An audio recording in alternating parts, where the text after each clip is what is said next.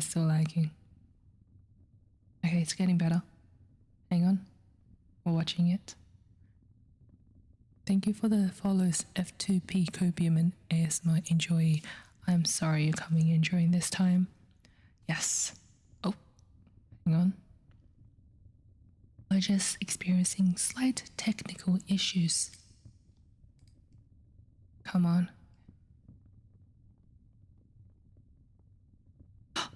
Wait, I'm in the green. Oh.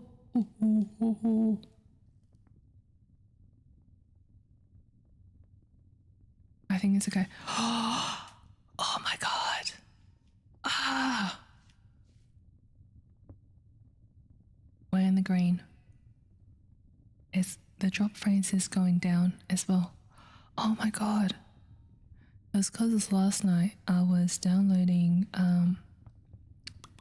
It Takes Two. So this week Friday, I'll need to confirm it. I'll need to reconfirm. But this week Friday I'm playing It Takes Two with Oemi. Yet my bitrate is in the green. Oh wait, it's yellow again. But yeah, I'll be playing It Takes Two with Oemi, and I was downloading it last night. Seems like I turned off the computer before it finished downloading. Oh, the Mandarin. Let's restart. Hello, nothing bad happened. But yes, today we'll do Dorian Gray 10 to 12. Yeah, 10 to 12. And then we'll do one story from Grimm's fairy tale.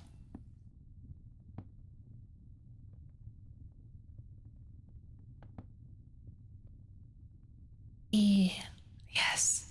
We're not broken. It's not my fault. We don't need to throw out the housemate.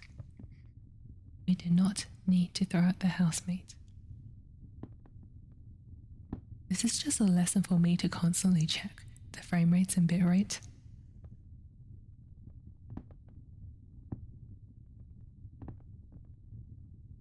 No scuff at all has happened. Yep. If my brother downloads anything well on the network, it just munches through my network. I'm usually the one that's eating up most of the internet. I'm usually the one. Okay, chapter 10. Hello, Kuro. There was no scuff today. And when his servant entered, he looked at him steadfastly and wondered if he had thought of peering behind the screen. The man was quite impassive and waited for his orders. Dorian lit a cigarette and walked over to the glass and glanced into it. He could see the reflection of Victor's face perfectly. It was like a placid mask of civility.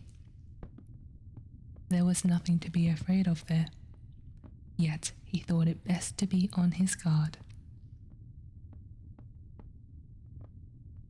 Thank God your parents don't know what the hell it means. My brother, no. For me, it's because my brother, he works with computers and he needs good upload and download. Speaking very slowly, he told him to tell the housekeeper that he wanted to see her, and then to go to the frame maker and ask him to send 2 of his men round at once. It seemed to him that as the man left the room, his eyes wandered in the direction of the screen.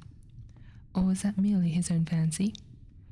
After a few moments, in her black silk dress with old-fashioned thread mittens on her wrinkled hands, Mrs. Leaf bustled into the library. He asked her for the key of the schoolroom. The old schoolroom, Mr. Dorian, she exclaimed. Why, it is full of dust. I must get it arranged and put straight before you go into it. It is not fit for you to see, sir. It is not indeed. I don't want to put straight, Leaf. I only want the key. Well, sir, you'll be covered with cobwebs if you go into it. Why, it hasn't been open for nearly 5 years, not since his lordship died. He winced at the mention of his grandfather. He had hated memories. He had hateful memories of him. That does not matter, he answered. I simply want to see the place. That is all. Give me the key.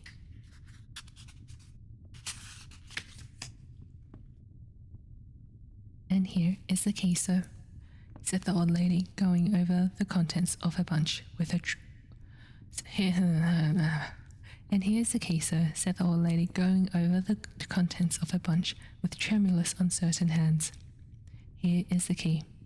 I'll have it off the bunch in a moment, but you don't think of living up there, sir, and you so comfortably here. No, no, he cried petulantly. Thank you, Leaf. That will do. She lingered for a few moments and was garrulous over some detail of the household. Oh, I love to say, but I cannot. My apologies. I really messed up saying they're like, gonna wake up in 7 hours. Okay. Have good sleeps. He sighed and told her to manage things as she thought best. She left the room, wreathed in smiles. As the door closed, Dorian put the key in his pocket and looked around the room. His eye fell on a large purple satin coverlet, heavily embroidered with gold, a splendid piece of late 17th century Venetian work that his grandfather had found in a convent near Bologna. Yes, no scoff. Thank you for stopping by, Zoinks. Yes, that will serve to wrap the dreadful thing in. It had perhaps served often as a pall for the dead. Now it was to hide something that had corruption of its own, worse than the corruption of death itself. Something that would breed horrors and yet would never die. What the worm was to the corpse, his sin would be to the painted image on the canvas. They would mar its beauty and eat away its grace. They would defile it and make it shameful, and yet the thing would still live on. It would always be alive. It would be always alive. He shuddered, and for a moment he regretted that he had not told Basil the true reason why he had wished to hide the picture away. Basil would have helped him to resist Lord Henry's influence and the still more poisonous influences that came from his own temperament. The love that he bore him, for it was really love, had nothing in it that was not noble and intellectual. It was not that mere physical admiration of beauty that is born of the senses and dies when the senses tire.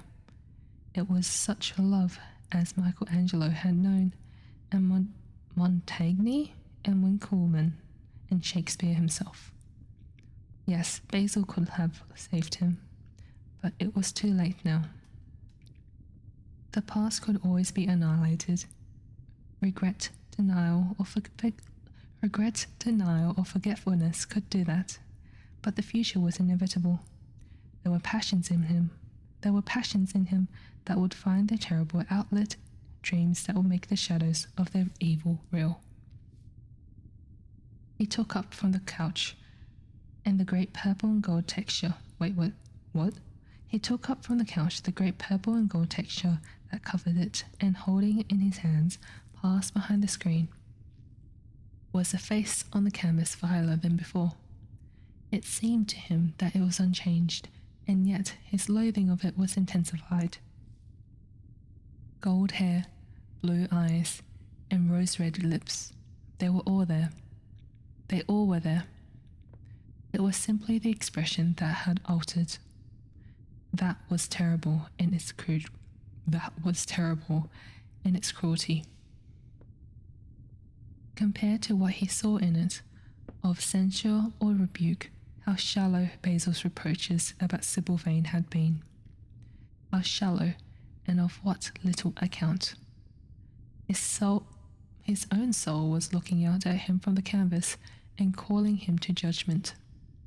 A look of pain came across him, and he flung the rich pall over the picture. As he did so, a knock came from the door. He passed out as his servant entered. "The persons are here, monsieur." He felt that the man must be got rid of at once. He must not be allowed to know where the picture was taken. He must not be allowed to know where the picture was being taken to. There was something sly about him, and he had thoughtful, treacherous eyes. Sitting down at the writing table, he scribbled a note to Lord Henry, asking him to send him round something to read and reminding him that they were to meet at 8:15 that evening. Wait for an answer, he said, handing it to him, and show the men in here. In 2 or 3 minutes, there was another lock. In 2 or 3 minutes, there was another lock. In 2 or 3 minutes, there was another knock, and Mr. Hubbard himself, the celebrated frame maker of South Audley Street, came in with a somewhat rough-looking young assistant. Thanks for following Kagurashinji. Mr. Hubbard was a florid, red-whiskered little man whose admiration for art was considerably tempered by the inveterate impecuniosity of most of the artists who dealt with him. As a rule, he never left his shop. He waited for people to come to him, but he always made an exception in favour of Dorian Gray. There was something about Dorian that charmed everybody. It was a pleasure even to see him. "What can I do for you, Mr. Gray?" he said, rubbing his fat, freckled hands. "I thought I would do myself the honour of coming round in person. I have just got a beauty of a frame, sir. Picked it up at a sale. Old Florentine. Came from Fonthill, I believe. Admirably suited for a religious subject, Mr. Gray." "I'm so sorry you have given yourself the trouble of coming round, Mr. Hubbard. I shall certainly drop in and look at the frame, though I don't go in much at present for religious art. But today I only want a picture carried to the top of the house for me. It is rather heavy, so I thought I would ask you to lend me a couple of women." Thanks for follow Garfield 6969 he. "No trouble at all, Mr. Gray. I am delighted to be of any service to you. Which is a work of art, sir?" "This," replied Dorian, moving the screen back. "Can you move it, covering and all, just as it is? I don't want it to get scratched going upstairs." "There will be no difficulty, sir," said the genial frame-maker, beginning, with the aid of his assistant, to unhook the picture from the long brass chains by which it was suspended. "And now, where shall we carry it to, Mr. Gray?" "I will show you the way, Mr. Hubbard, if you will kindly follow me. Or perhaps you had better go in front. I am afraid it is right at the top of the house. We will go up by the front staircase, as it is wider." He held the door open for them, and they passed out into the hall and began the ascent. The elaborate character of the frame had made the picture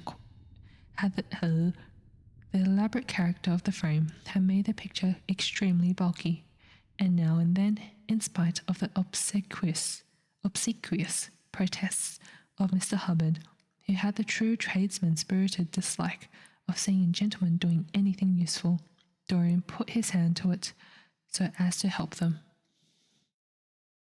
"Something of a load to carry, sir," gasped the little man when they reached the top landing, and he wiped his shiny forehead.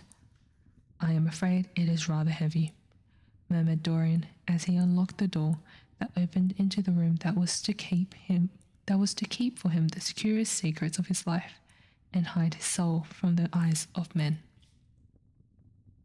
He had not entered the place for more than 4 years. Not indeed. And since he had used it first as a playroom when he was a child, and then as a study when he grew somewhat older. It was a large, well-proportioned room, which had been specially built by the last Lord Kelso for the use of the little grandson, for his strange likeness to his mother, and also for other reasons. He had always hated and desired to keep at a distance. It appeared to Dorian to have but little changed. There was a huge Italian cassone, with its fantastically painted panels and its tarnished gilt mouldings, in which he had so often hidden himself as a boy. There the satinwood bookcase, filled with its dog-eared schoolbooks. On the wall behind it was hanging the same ragged Flemish tapestry where a faded king and queen were playing chess in a garden, while a company of hawkers rode by, carrying hooded birds on their gauntleted wrists. How well he remembered it all. Every moment of his lonely childhood came back to him as he looked around. He recalled the stainless purity of his boyish life, and it seemed horrible to him that it was here the fatal portrait was to be hidden away. How little he had thought in these dead days of all that was in store for him. But there was no other place in the house so secure from prying eyes as this. He had the key and no one else could enter it. Beneath its purple pall, the face painted on the canvas could grow bestial, sodden, and unclean. What did it matter? No one could see it. He himself could not see it. He himself would not see it. Why should he watch the hideous corruption of his soul? He kept his youth, that was enough. And, besides, might not his nature grow finer after all? There was no reason that the future should be so full of shame. Some love might come across his life and purify him and shield him from those sins that seemed to be already stirring in spirit and in flesh. Those curious unpictured sins whose very mystery lent them their subtlety and their charm. Perhaps some day the cruel look would have passed away from the scarlet sensitive mouth, and he might show to the world Basil Hallward's masterpiece. No, that was impossible. Hour by hour and week by week, the thing upon the canvas was growing old. It might escape the hideous of sin, but the hideousness of age was in store for it. The cheeks would become hollow or flaccid. Yellow crow's feet would creep round the fading eyes and make them horrible. The hair would lose its brightness, the mouth would gape or droop, would be foolish or gross as the mouths of old men are.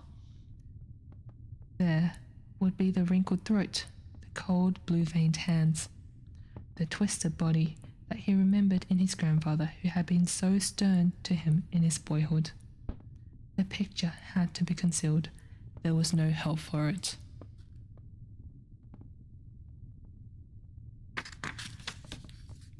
"Bring it in, Mr. Hubbard, please," he said warily, turning around.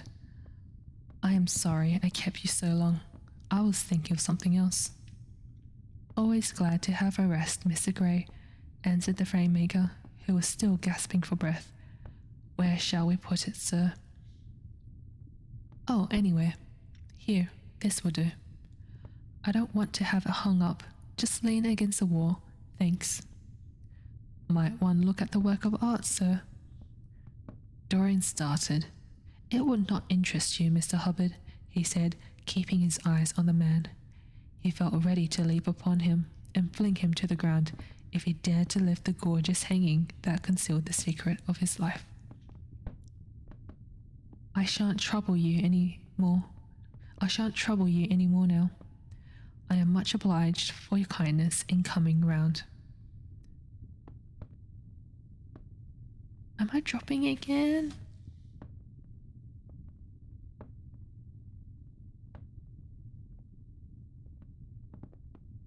I'm not dropping, am I?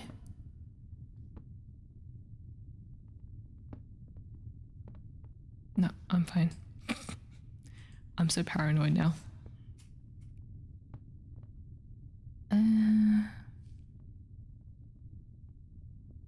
Not at all, not at all, Mr. Grey.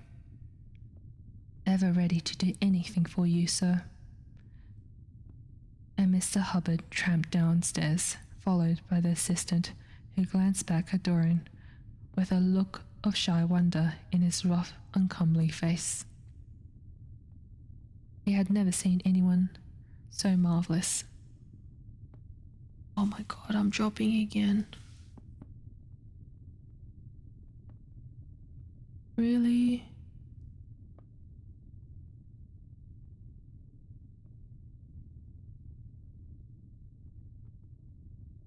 Oh no.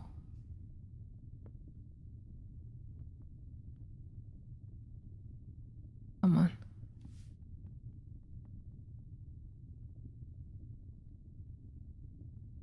Am I dropping still? I'm starting to unplug things. Pretend I'm not lost. That's fine. Basically, he took the painting, so he got a frame maker to come over, and they moved it up to a place, an old place that he grew up in. I think I'm still dropping frames.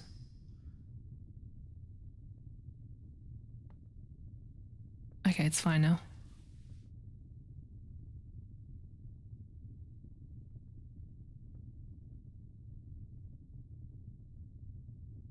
When the sound of the footsteps had died away, Dorian locked the door and put the key in his pocket.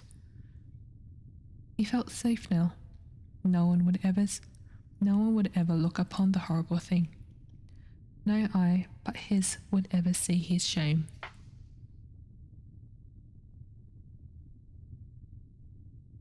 On reaching the library, he found that it was just after 5 o'clock and that the tea had already been brought up. On a little table of dark perfumed wood, thickly encrusted with nacre, a present from Lady Radley, his guardian's wife. A pretty professional invalid who had spent the preceding winter in Carroll.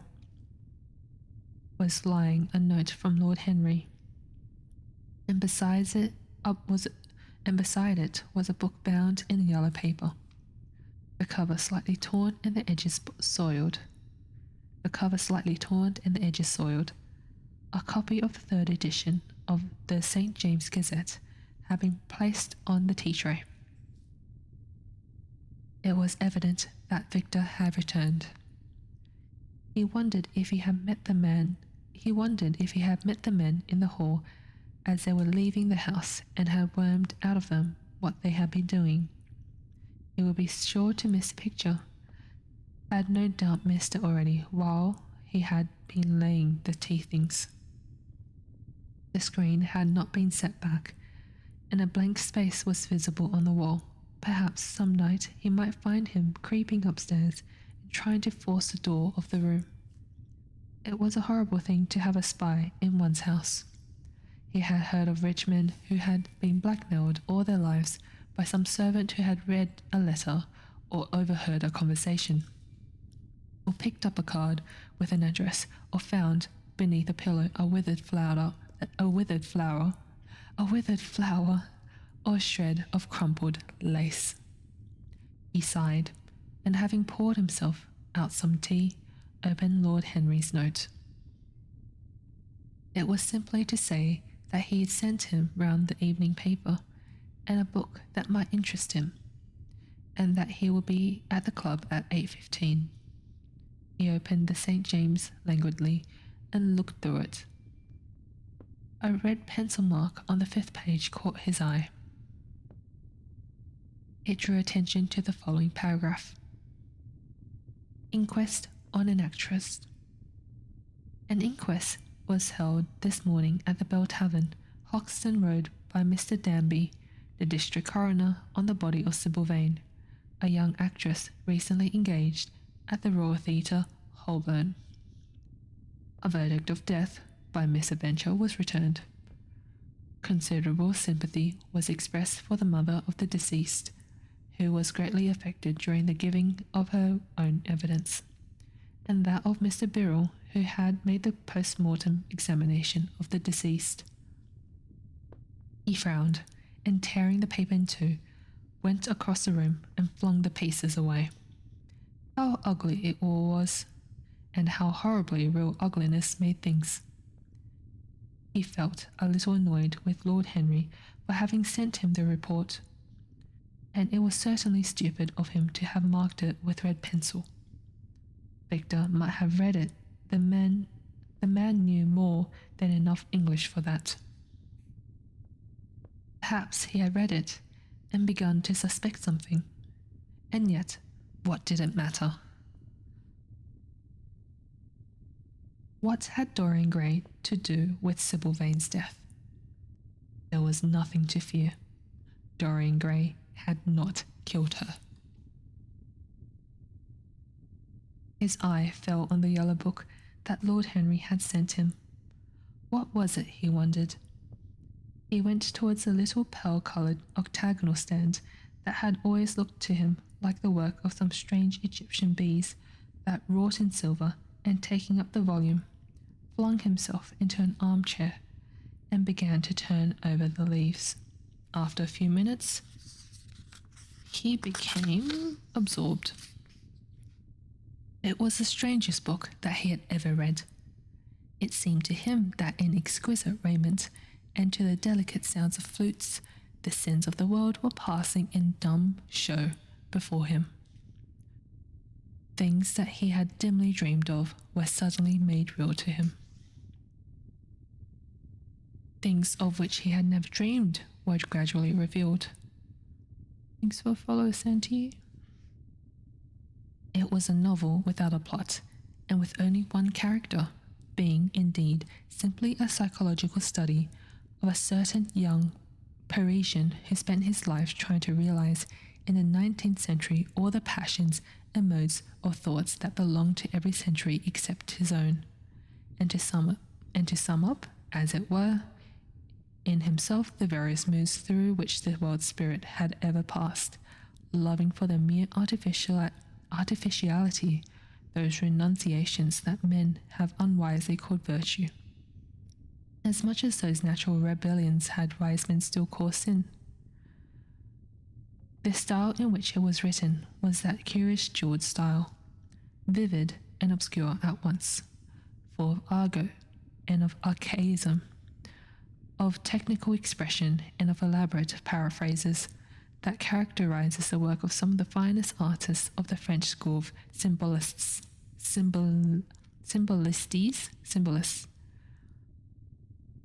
There were in it metaphors as monstrous as orchids and as subtle in colour. The life of the senses was described in the terms of mystical philosophy. One hardly knew at times whether one was reading the spiritual ecstasies of some medieval saint or the morbid confessions of a modern sinner. It was a poisonous book. The heavy odour of incense seemed to cling about its pages and to trouble the brain. The mere cadences of their sentences. The heavy odour of incense seemed to cling about its pages and to trouble their brain. The mere cadence of their sentences, the subtle monotony of their music, so full as it was of complex refrains and movements elaborately repeated, produced in the mind of the lad, as he passed from chapter to chapter, a form of reverie, a malady of dreaming, that made him unconscious of the falling day in creeping shadows. Cloudless and pierced by one solitary star, a copper green sky gleamed through the windows. He read on by its wan light till he could read no more. Then, after his valet had reminded him several times of the lateness of the hour, he got up and, going into the next room, placed the book on the little Florentine table that always stood at his bedside and began to dress for dinner. It was almost 9 o'clock before he reached the club, where he found Lord Henry sitting alone in the morning room, looking very much bored. "I am so sorry, Harry," he cried, "but really it is entirely your fault. That book you sent me so fascinated me that I forgot how the time was going." "Yes, I thought you would like it," replied his host, rising from his chair. "I didn't say I liked it, Harry. I said I didn't say I liked it, Harry. I said it fascinated me. There is a great difference." "Ah, you have discovered that," murmured Lord Henry, and they passed into the dining room. That was chapter 10.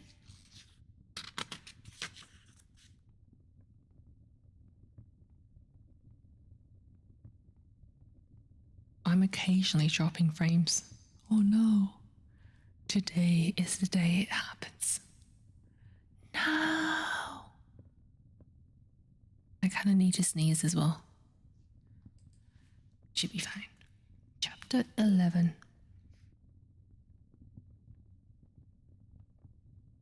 It was a short chapter. Maybe I've been reading longer. Or wait, maybe I've been reading faster. But yeah, so far what happened was Dorian Gray, well, last time we were reading, Dorian Gray noticed that the picture changed, and today he was looking for something to cover it and got it moved to another room to hide it. And then Lord Henry gave him something and he just spent his day reading until the night time. That was kind of what I got from it.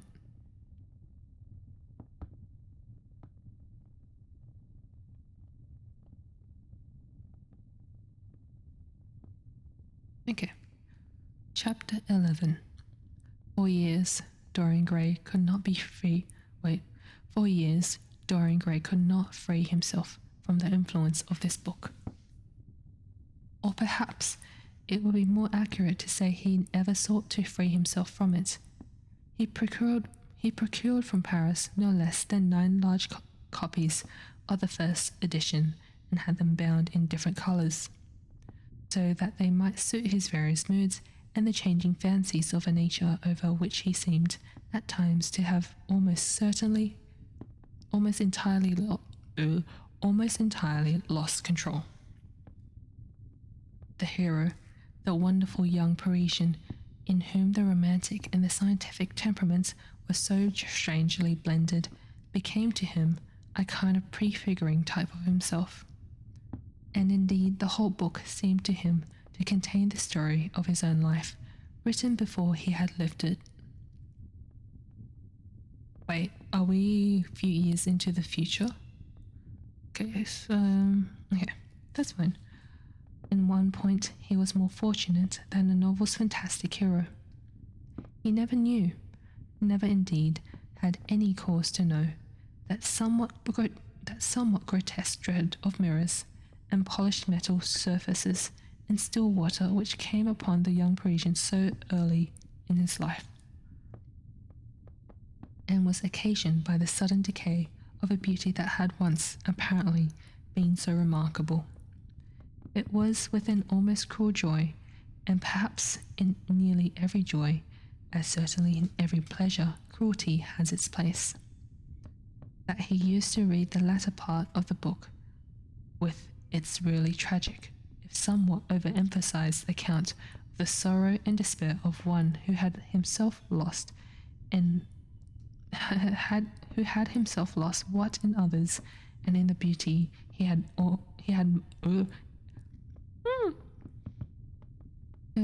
had himself lost what in others and in the world he had most dearly valued. Reading's hard.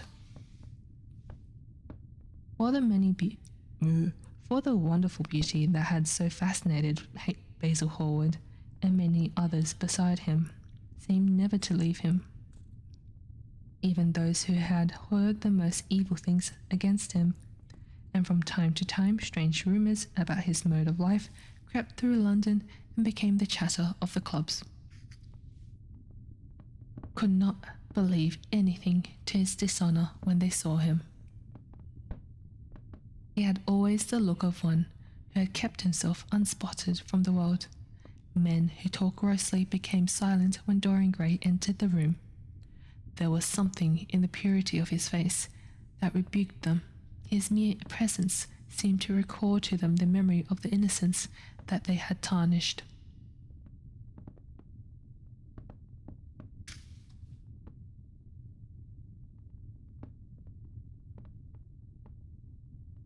Am I dropping again?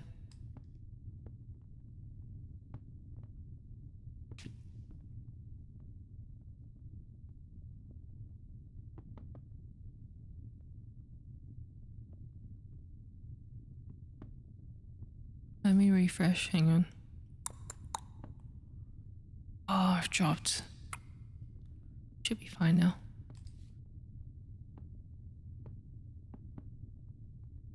Only a second. This is so stupid. They wondered how one so charming and graceful as he was could have it. They wondered how one so charming and graceful as he was could have escaped the stain of an age that was at once sordid and sensual. Thank you for the follow, Dark. Ooh. Often on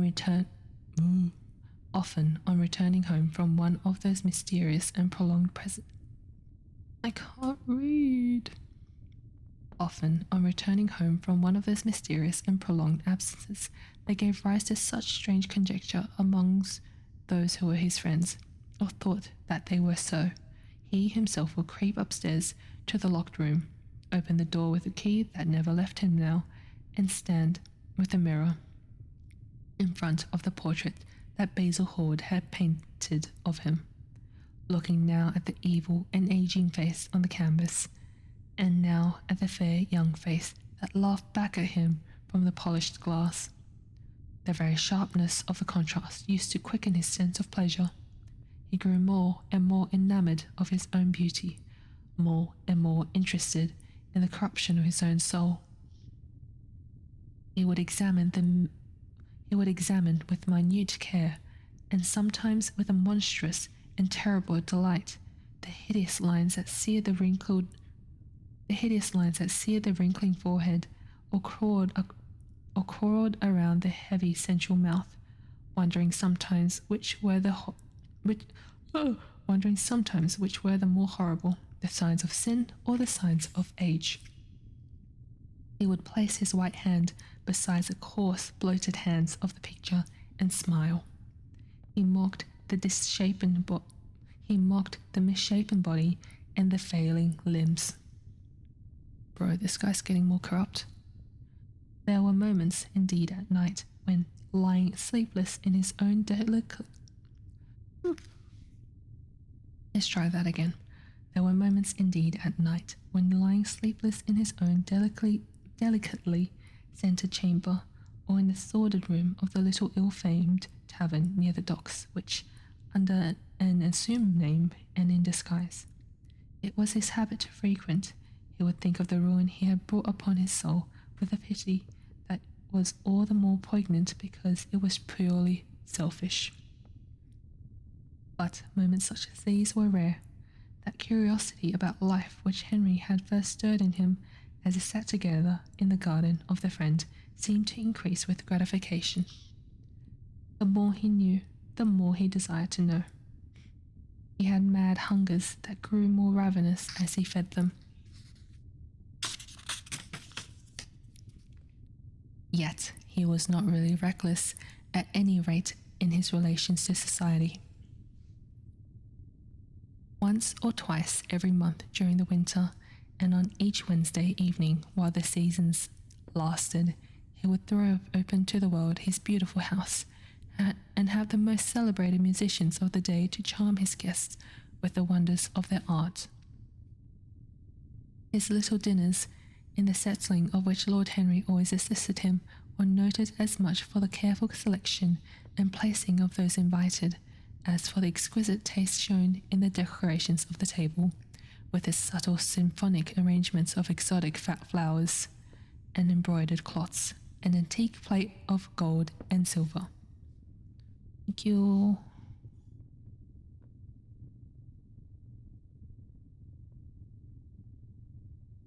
Hello, paperclip. Indeed, there were many, especially among the very young men, who saw or fancied what they saw in Dorian Gray, the true realization of a type of which they had often dreamed in Eton or Oxford days, a type that was to combine something of the real culture of the scholar with all the grace and distinction and perfect manner of a citizen of the world. To them, he seemed to be of the company of those whom Dante describes as having sought to make themselves perfect by the worship of beauty. Like Gautier, he was one for whom the visible world existed. And certainly to him, life itself was the first and greatest of the arts, and for it all the other arts seemed to be but a preparation. Passion, by which what is really fantastic becomes for a moment universal, and dandyism, which in its own way is an attempt to assert the absolute modernity of beauty, had of course the fascination for him, his mode of dressing, and the particular styles that from time to time he affected, had a marked influence on the young exquisites of the Mayfair balls and the Pall Mall Club windows, who copied him in everything he did, and tried to reproduce the accidental charm of his graceful, though to him only half serious, fopperies. What is happening?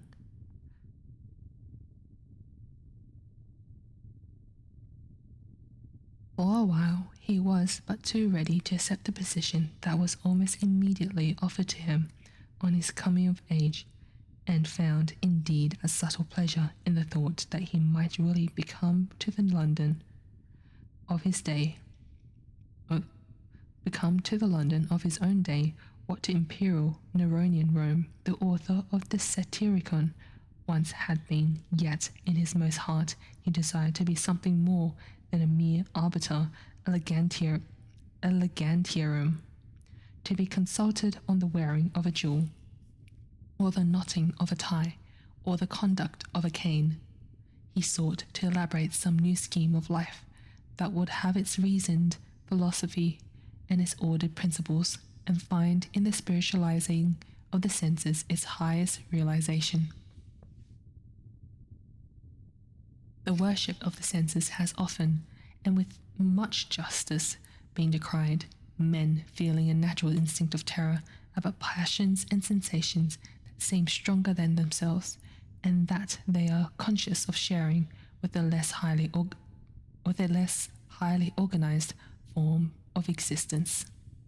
But it appeared to Dorian Gray that the true nature of the senses had never been understood, and that they had remained savage and animal merely because the world had sought to starve them into submission or to kill them by pain, instead of aiming at making them elements of a new spirituality, of which a fine instinct for beauty was to be the dominant characteristic. As he looked back upon man moving through history, he was haunted by a feeling of loss. So much had been surrendered, and to such little purpose.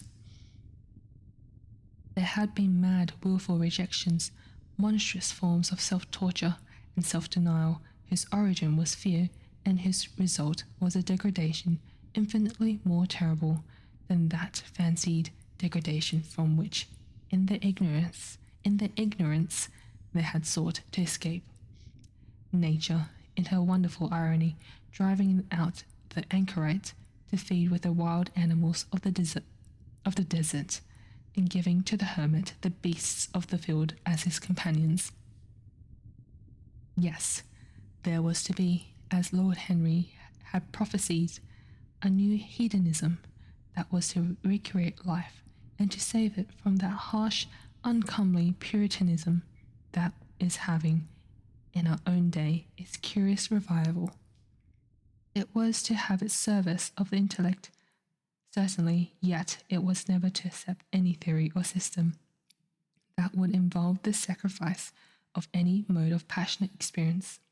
Its aim, indeed, was to be experience its aim, indeed, was to be experience itself, and not the fruits of experience, sweet or bitter as they might be. Of the asceticism that deadens the senses, as of the vulgar of the asceticism that deadens the senses, as of the vulgar profligacy that dulls them. It was to know nothing, but it was to teach men to concentrate himself upon the moments of a life that is itself but a moment. Don't laugh at me. Reading is hard. Reading is very hard.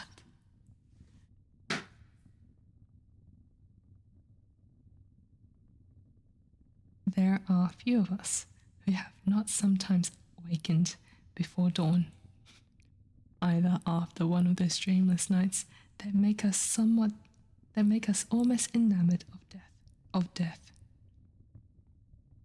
or one of those nights of horror and misshapen joy, when through the chambers of the brain sweep phantoms more terrible than reality itself, and instinct with that vivid life that lurks in all grotesques, and that lends to Gothic art its enduring vitality.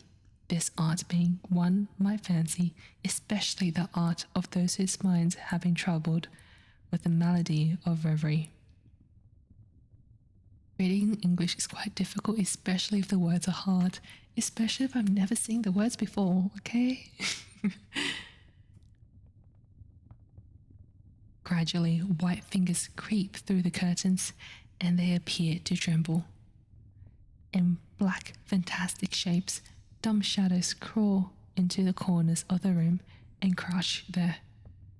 Outside, there is the stirring of birds amongst the leaves, or the sound of men going forth to the work, or the sigh and sob of the wind coming down from the hills and wandering round the silent house, as though it feared to wake the sleepers, and yet must needs call forth sleep from her purple cave.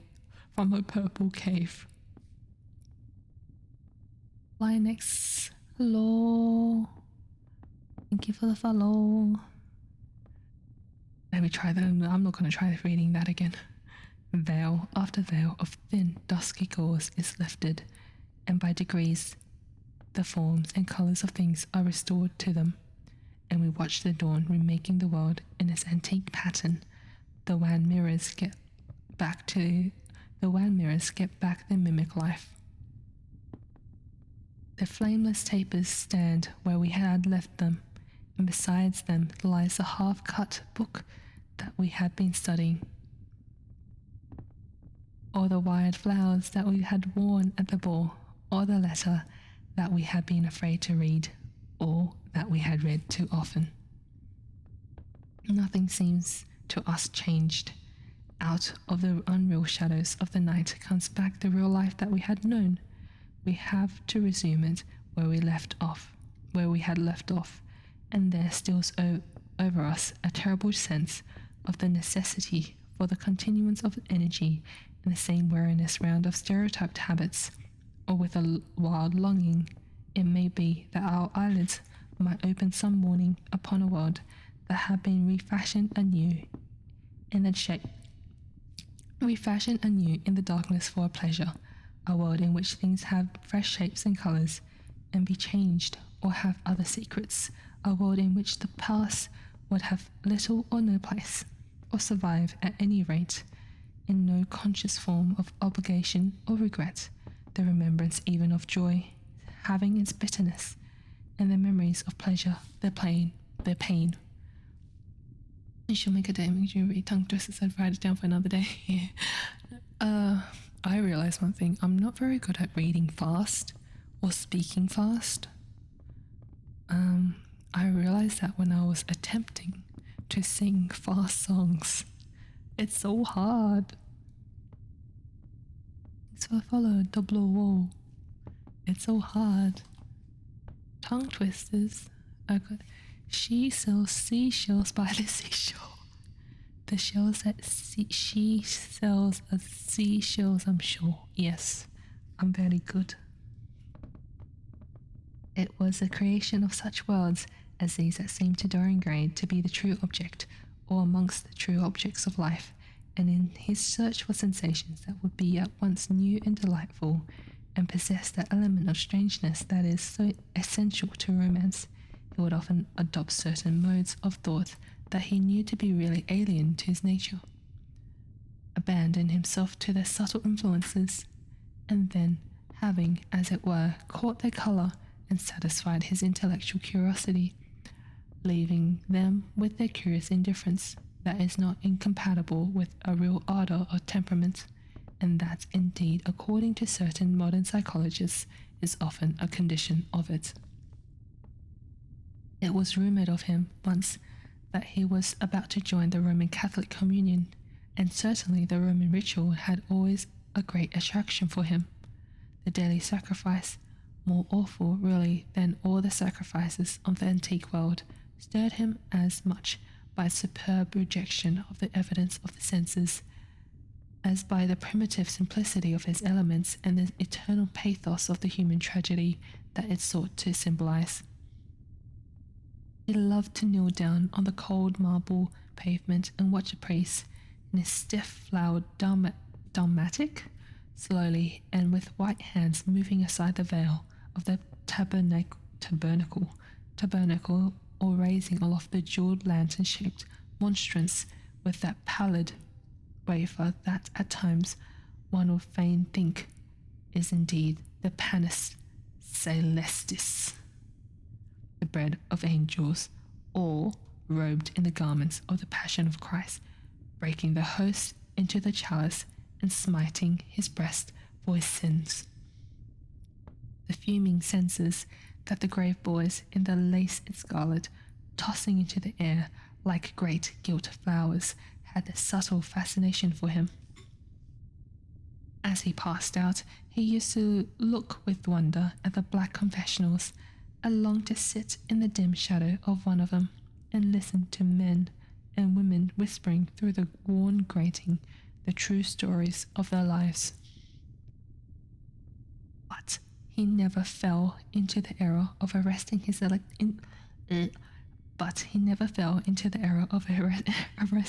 intellectual development by any formal acceptance of creed or system, or of mistaking for a house in which to live an inn that is but suitable for the sojourn of a night, or for a few hours of a night in which there were no stars and the moon is in travail. Mysticism, with its marvellous power of making common things strange to us, and a subtle antinominal. Hello, thank you for the raid. You just joined me struggling with a word. I still don't know how to say that.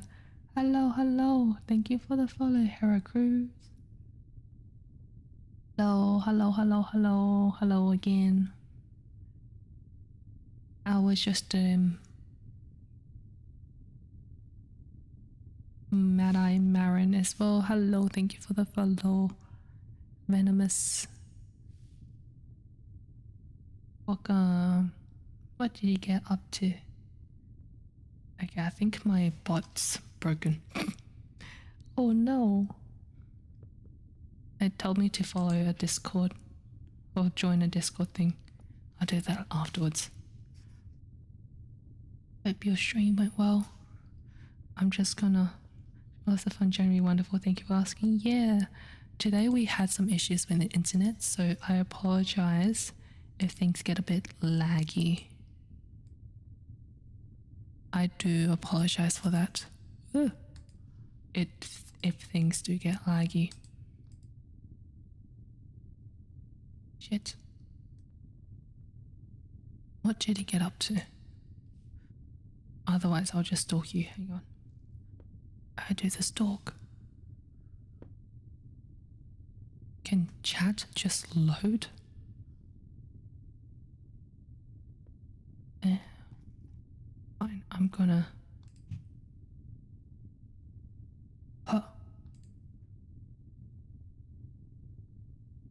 My internet, hope it stabilizes. Yeah, I realized it was because I was downloading It Takes Two last night, and then I think I turned off my computer before it finished downloading. Oh, you're ASMRing. I closed my computer before we finished, and so it was stuck at 99% when I started. Random triggers, more ear tapping today than usual. Oh, yeah, I'm not too familiar with ASMR. I know vaguely of what's a lot of yapping. I admire that. I'm not very good at yapping. Yeah, I mean, I remember watching Masayoshi trying to figure out, I think, his triggers for ASMR. And there was a clip where he was listening to one, and whoever it was she was saying, oh, something to help you fall asleep, and then she took a pan, and you just hear just pans just whacking on something. That was funny. I would recommend that. I don't know.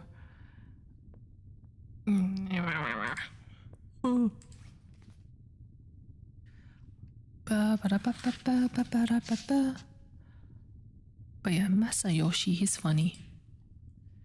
It was funny. Let me see if I can find something. Find it.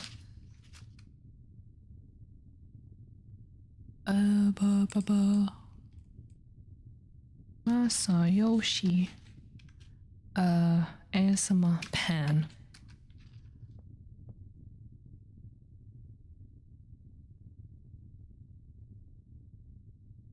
Funny.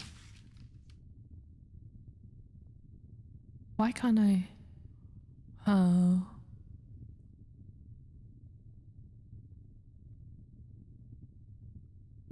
He did have a video.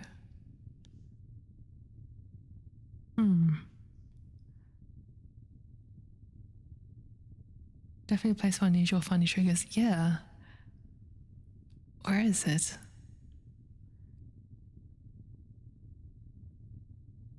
I'm scrolling. Ah, I think I found it. Aha, found it. Okay.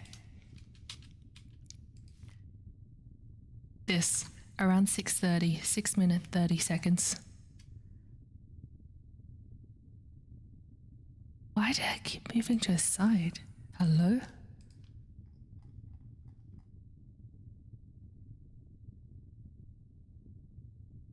Uh, 6:30, where he was just listening, and then she's like, oh yeah, something to help you fall asleep, and then you just hear whack, whack, whack, bing, bing, bing, bing, bing. Yeah, that was funny. Because he had his eyes closed as well.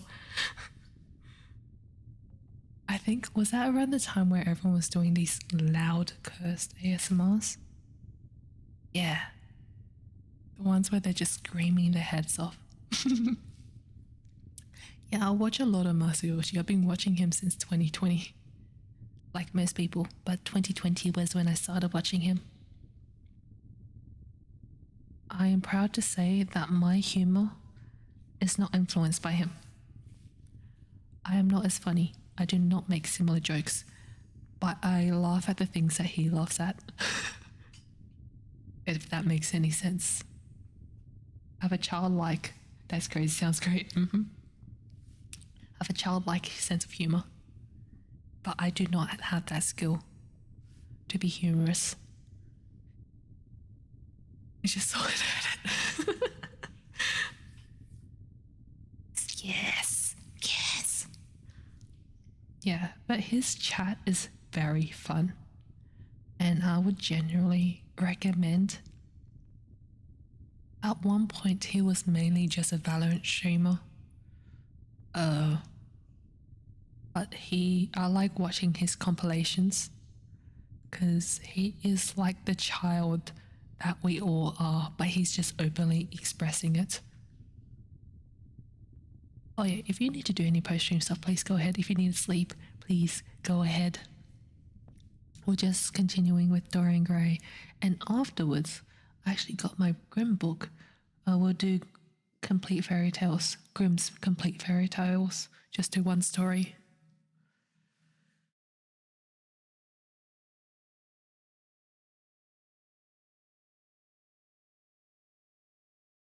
Wait, am I following? I'm proud that my humor is not broken. I'm in arguments. My humor is broken, okay? I laugh at piss, okay? I laugh at piss and pee-pees. And pee-pee jokes, okay? I know it's broken. Don't worry.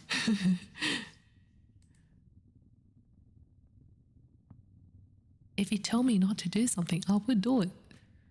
'Cause, yeah. I know it's broken, okay?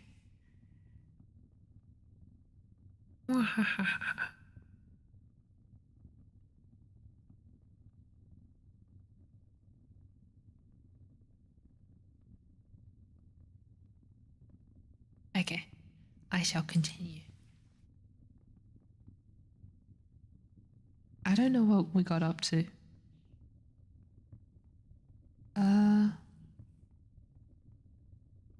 Something about joining the church. Something about smiting breasts.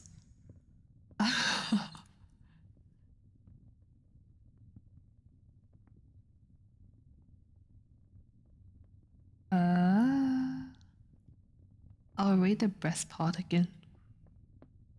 Wait, that's a long sentence. Why do old people write sentences that are 10 lines long? Okay. He loved to kneel down on the cold marble pavement and watch the priest in his stiff-flowered dalmatic slowly and with white hands moving aside the veil of the tabernacle, or raising aloft the jeweled lantern-shaped monstrance that with that pallid wafer that at times one would fain think is indeed the Panis Celestis, the bread of angels, or robed in the garments of the Passion of Christ, breaking the host into the chalice and smiting his breast for his sins. Okay, I am in my 20s. I am in my late 20s. Everything's fine. I have normal humor. The fuming senses that the grey boys in the lace and scarlet tossed into the air like great gilt flowers had their subtle fascination for him.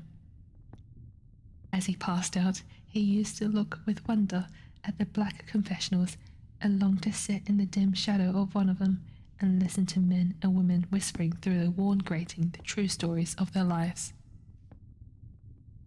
But he never fell into the error of arresting his intellectual development by any formal acceptance of creed or system, or of mistaking for a house in which to live, an inn that is but suitable for the sojourn of night, or for a few hours of a night in which there are no stars and the moon is in travail. Mysticism, with its marvellous power of making common things strange to us, and the subtle antinomianism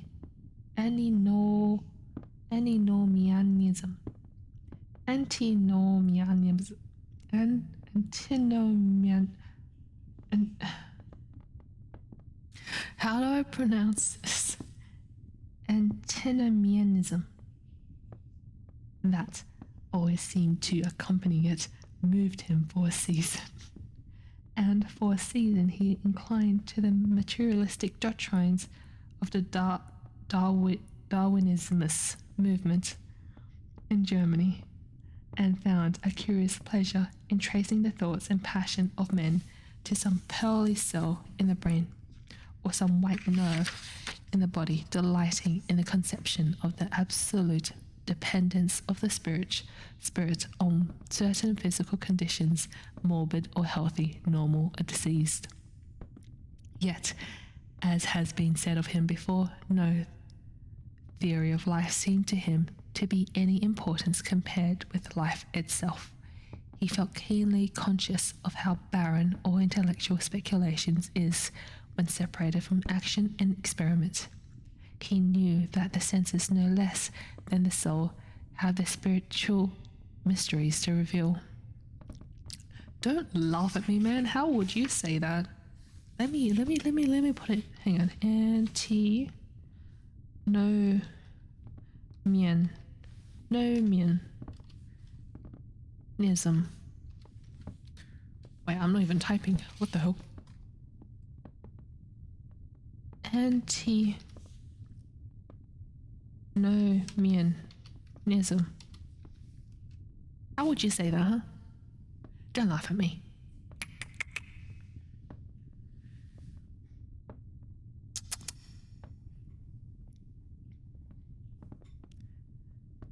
And so he would now study perfumes with the secrets of their manufacture, distilling heavy scented oils and burning odorous gums from the east. He saw that there was no mood of the mind that had not its counterpart in the sensuous life, and set himself to discover the true relations, wondering what there was in frank incense that made one mystical, and in ambergris that stirred one's passions, and in violets that woke the memory of dead romances, and in musk that troubled the brain, and in champak that stained the imagination, and seeking often to elaborate a real psychology of perfumes, and to estimate the several influences of sweet-smelling roots and scented, pollen-laden flowers, of aromatic balms, and of dark and fragrant woods, of spikenard that sickens, of Havania that makes men mad, and of alloys that are said to be able to expel melancholy from the soul. That was a long sentence.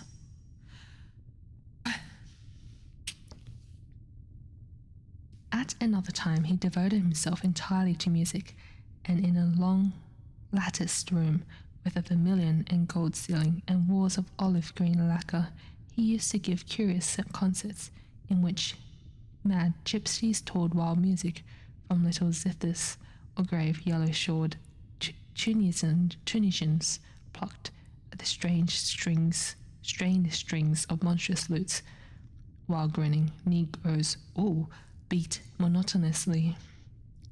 Don't cancel me. That was in the book. N-word. Beat monotonously upon copper drums, and crouching upon scarlet mats, slim turban Indians blew through long pipes of reed or brass and charmed, or feigned to charm, great hooded snakes and horrible horned adders. The harsh intervals and shrill discords of barbaric music stirred him at times, when Schubert's grace and Chopin's beautiful sorrows and the mighty harmonies of Beethoven himself fell unheeded on his ear. It's a religious and ideological movement from the 16th century. This cheese, oh bro. He collected together from all parts of the world the strangest instruments that could be found, either in the tombs of dead nations or among the few savage tribes that have survived contact with Western civilizations and loved to touch and try them.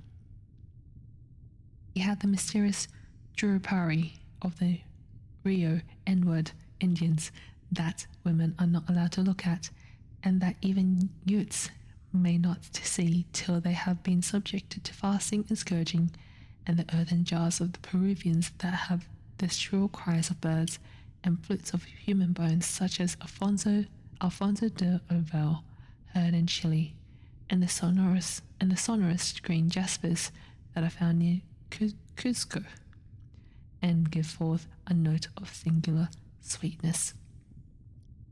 He had painted gourds filled with pebbles that rattled when they were shaken, the long clarion of the Mexicans, into which the performer does not blow, but through which he inhales air, the harsh turr of the Amazon tribes that is sounded by the sentinels who sit all day in high trees and can be heard, it is said, at a distance of 3 leagues. The Teponatzli,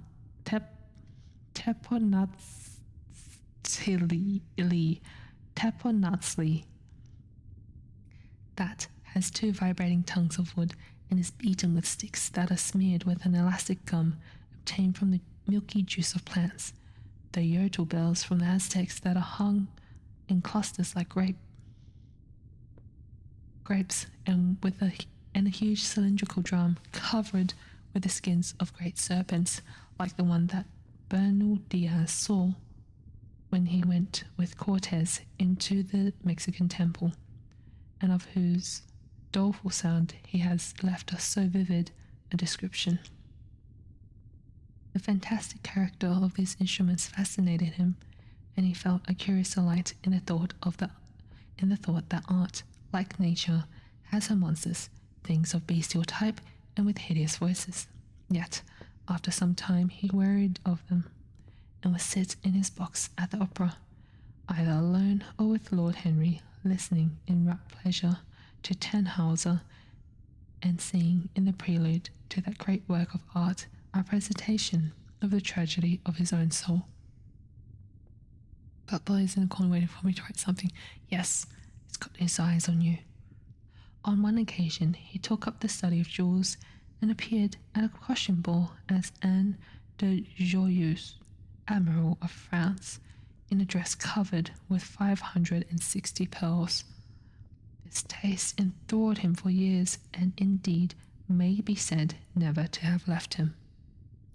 He would often spend a whole day settling and resettling in the cases the various stones that he had collected, such as the olive green chrysoberyl that turns red by lamplight, the cymophane with its wire-like line of silver, the pistachio-colored peridot, rose pink and wine yellow topazes, carbuncles of fiery scarlet with tremulous 4-rayed stars, flame red cinnamon stones, orange and violet spinels, and amethysts with their alternate layers of ruby and sapphire. He loved the red gold of the sunstone and the moonstone's pearly whiteness, and the broken rainbow of the milky opal. He procured from Amsterdam 3 emeralds of extraordinary size and richness of colour, and had a turquoise de la Ville Roche that was the envy of all the connoisseurs. He discovered wonderful stories also about jewels. In Alfonso's Clericalis Disciplina, a serpent was mentioned with eyes of real jacinth, and in the romantic history of Alexander, the conqueror of Amathia was said to have found in the Vale of Jordan snakes with collars of real emeralds growing on their backs. There was a gem in the brain of the dragon, Philostratus told us, and by the exhibition of golden letters in a scarlet robe, the monster could be thrown into magical sleep and slain. According to the great alchemist Pierre de Boniface, the diamond rendered a man invisible, and the agate of India made him eloquent. The cornelian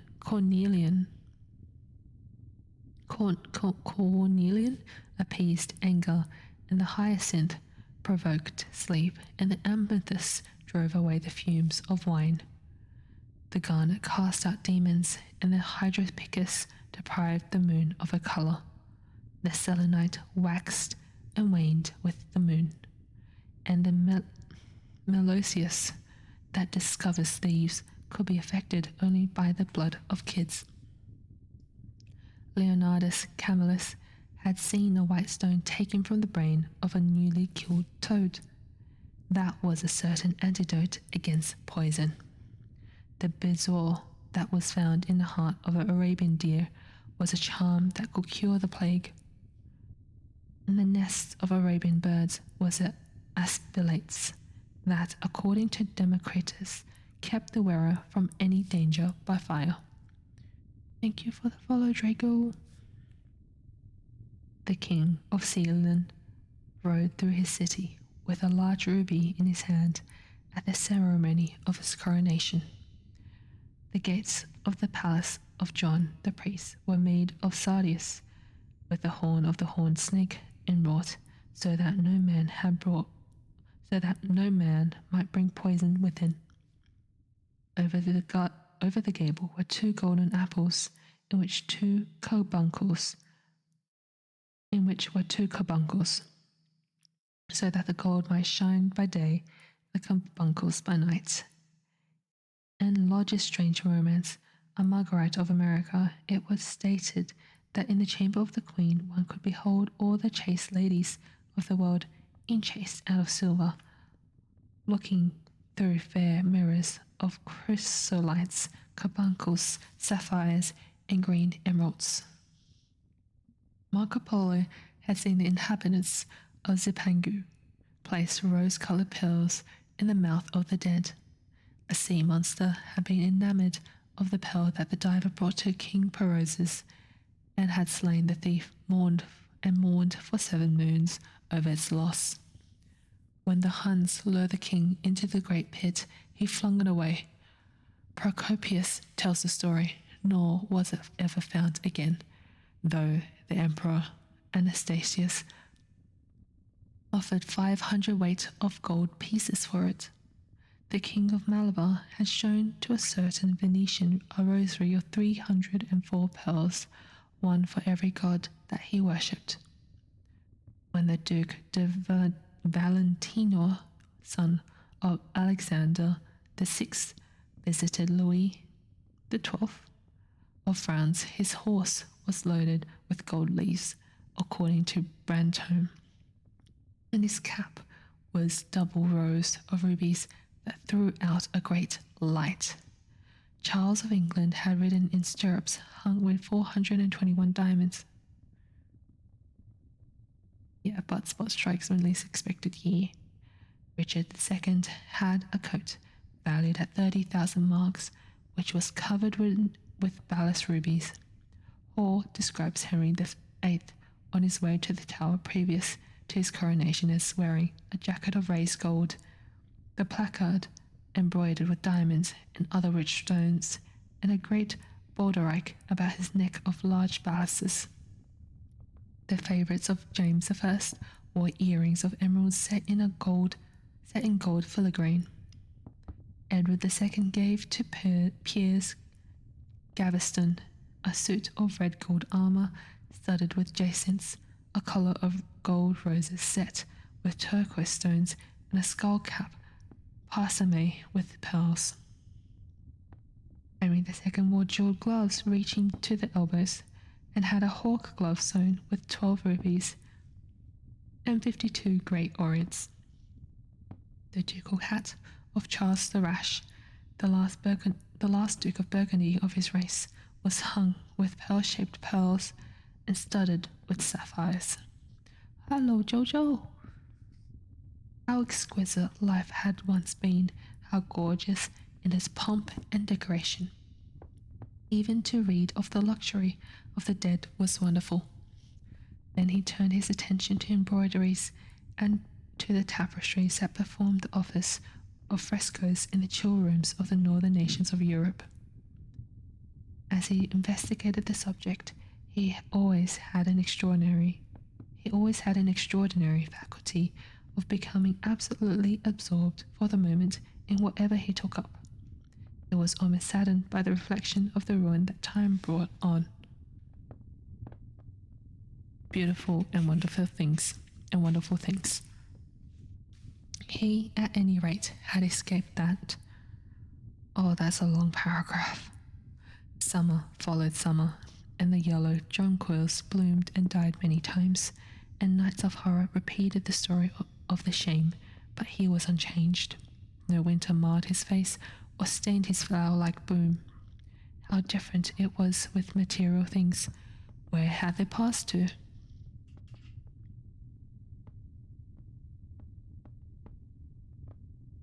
Where was a great crocus-coloured robe on which the gods fought against the giants that had been worked by brown girls for the pleasure of Athena? Where the huge velarium that Nero had stretched across the Colosseum at Rome, that Titan sail of purple on which was represented the starry sky, and Apollo driving a chariot drawn by white, gilt-reined steeds. He longed to see the curious table napkins brought for the priest of the sun, on which were displayed all the dainties and viands and that could be wanted for a feast. The mortuary cloth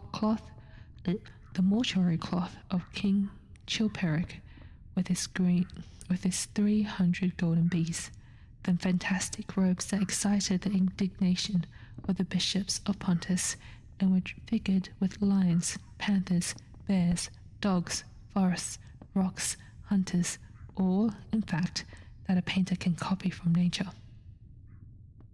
And the coat of Charles of Orleans once wore, in the sleeves of which were embroidered the verses of a song beginning, Madame, je suis tout joyeux,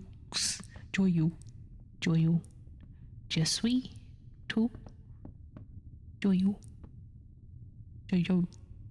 I don't know, man, I'm not French.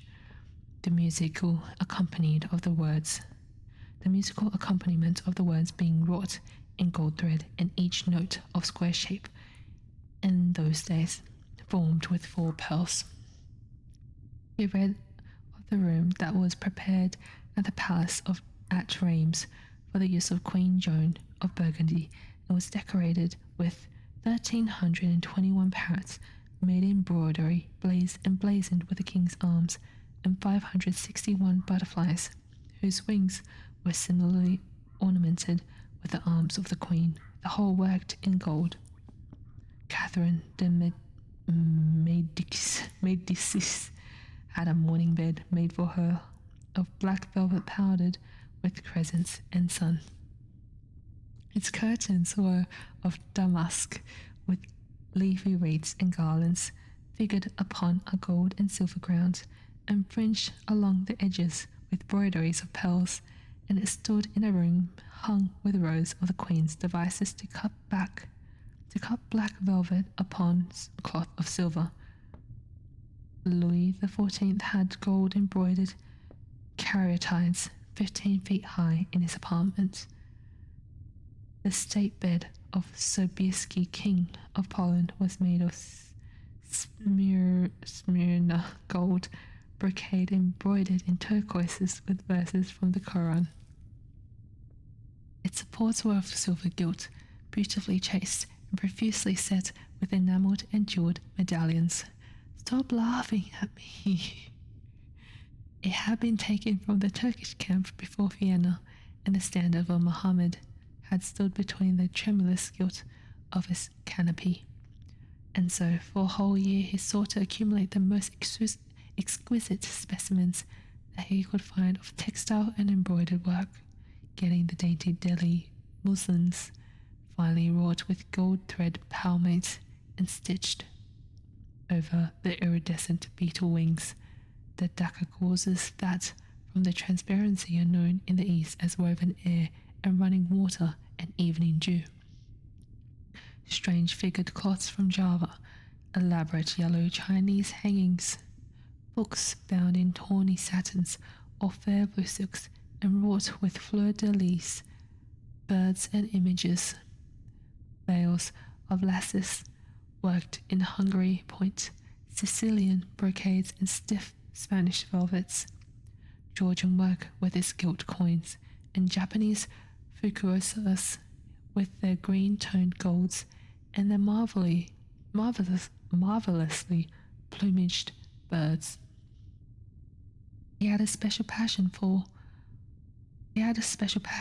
also for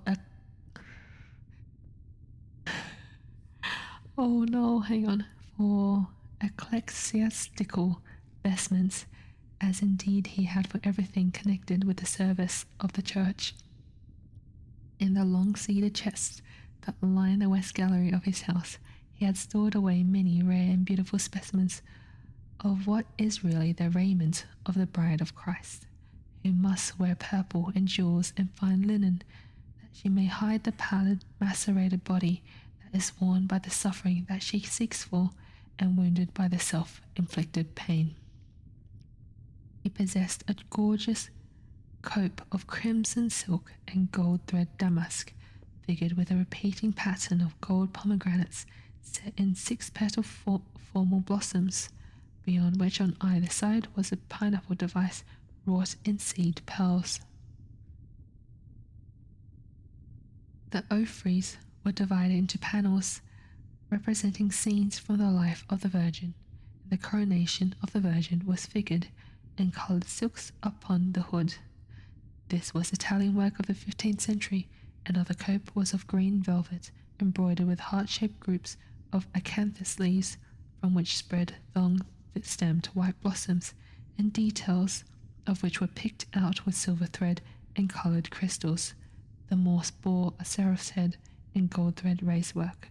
The orphreys were woven in a dye of red and gold silk, and were starred with medallions of many saints and martyrs, among whom was Saint Sebastian. Bro, this guy, he's turned into a collector.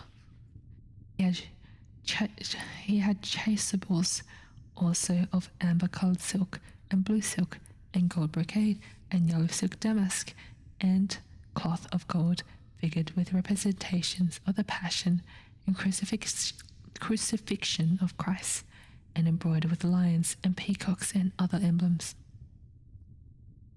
Dalmatics of white satin and pink silk damasks, decorated with tulips and dolphins and fleur-de-lis, altar frontals of crimson velvet and blue linen, and many corporals, chalice veils and sudaria. In the mystic offices to which such things were put, there was something that quickened his imagination.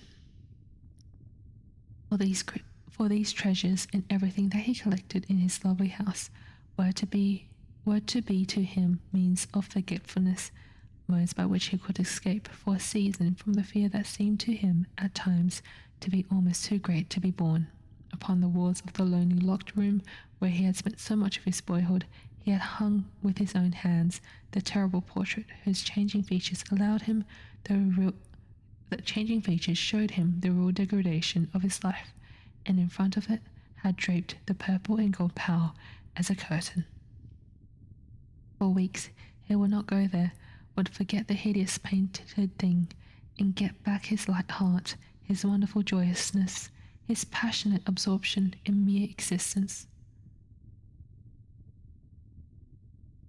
Then suddenly some night he'll creep out of the house, go down to dreadful places near Blue Gate Fields, and stay there day after day until he is driven away. On his return he would sit in front of the picture, sometimes loathing it and himself, but filled at other times with that pride of individualism that is half the fascination of sin, and smiling with secret pleasure at the misshapen shadow that had to bear the burden that should have been his own. Bro, I'm dropping frames again.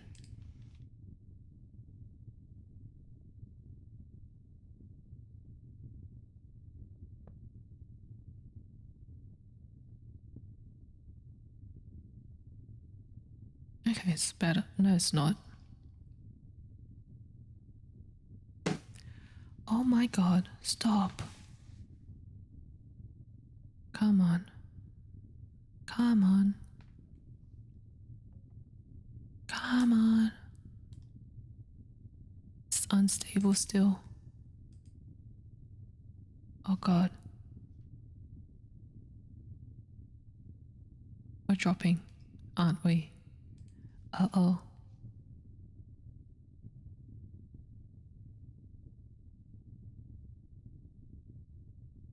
Ah! No!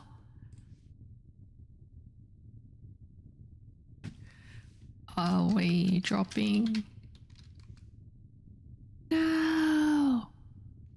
Come on, you can do it.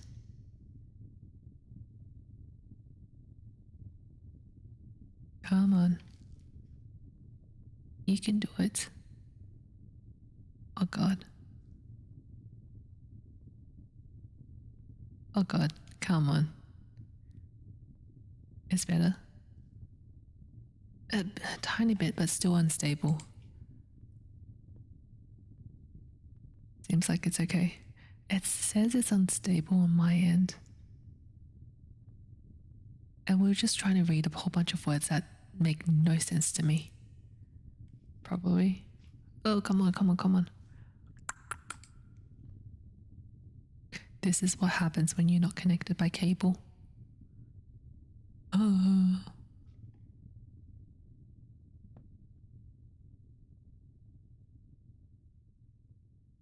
Come on, we can do this. Come on.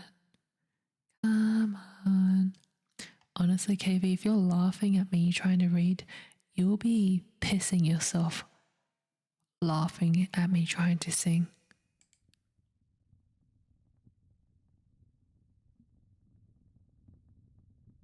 Oh god. Oh, oh. It's good now. Come on. Okay, I think we're good. Oh, no. Okay, we're back to 0. This is not a gameplay difficult to notice. Oh, okay, okay.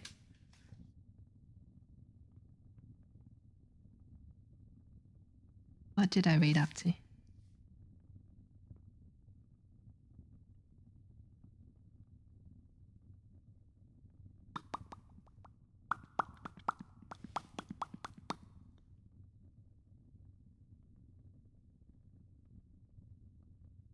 After a few years, he could not endure to be long out of England, and gave up the villa that he had shared at Trouville with Lord Henry,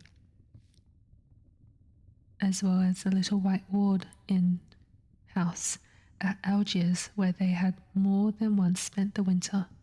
He hated to be separated from the picture that was such a part of his life, and was also afraid that during his absence someone might gain access to the room, in spite of the elaborate bars that he had caused to be placed upon the door. I laugh with his different excuses. Shh. He was quite conscious that this would tell them nothing. It was true that the portrait still preserved, under all the foulness, had ugliness of the face. Meow. Hello, Noodle. Meow. Ugliness of the face is marked likeness to himself, but what could they learn from that? He would laugh at anyone who tried to taunt him. He had not painted it. What was it to him how vile and full of shame it looked? Even if he told them, would they believe it? Yet he was afraid. Sometimes when he was down at his great house in Nottinghamshire, entertaining the fashionable young men of his own rank, who were his chief companions in astounding the county by the wanton luxury and gorgeous splendour of his mode of life, he would suddenly leave his guests and rush back to town to see that the door had not been tampered with, and that the picture was still there. What if it should be stolen? The mere thought made him cold with horror. Surely the world would know his secret then. Perhaps the world already suspected it. Or, while he fascinated many, there were not a few who distrusted him.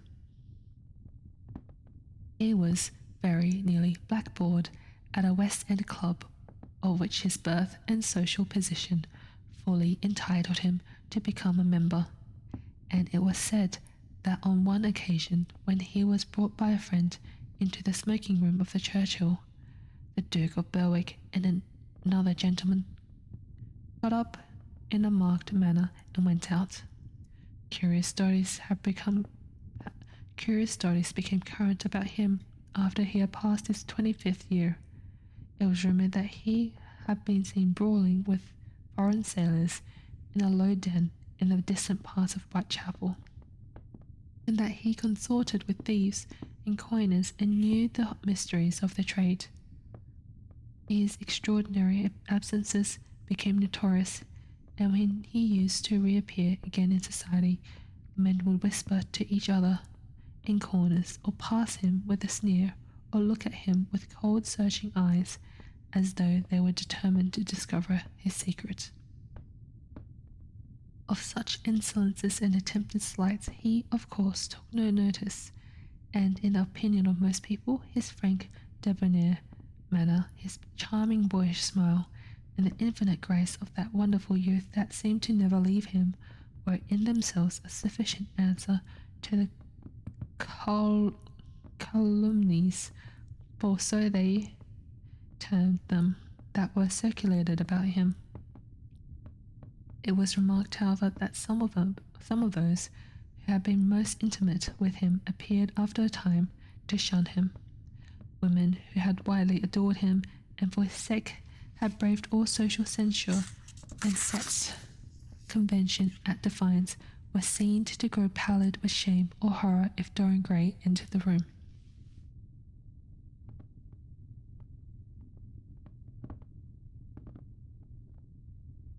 Are you sure we're still unstable? So unstable. Oh my god. We're so unstable.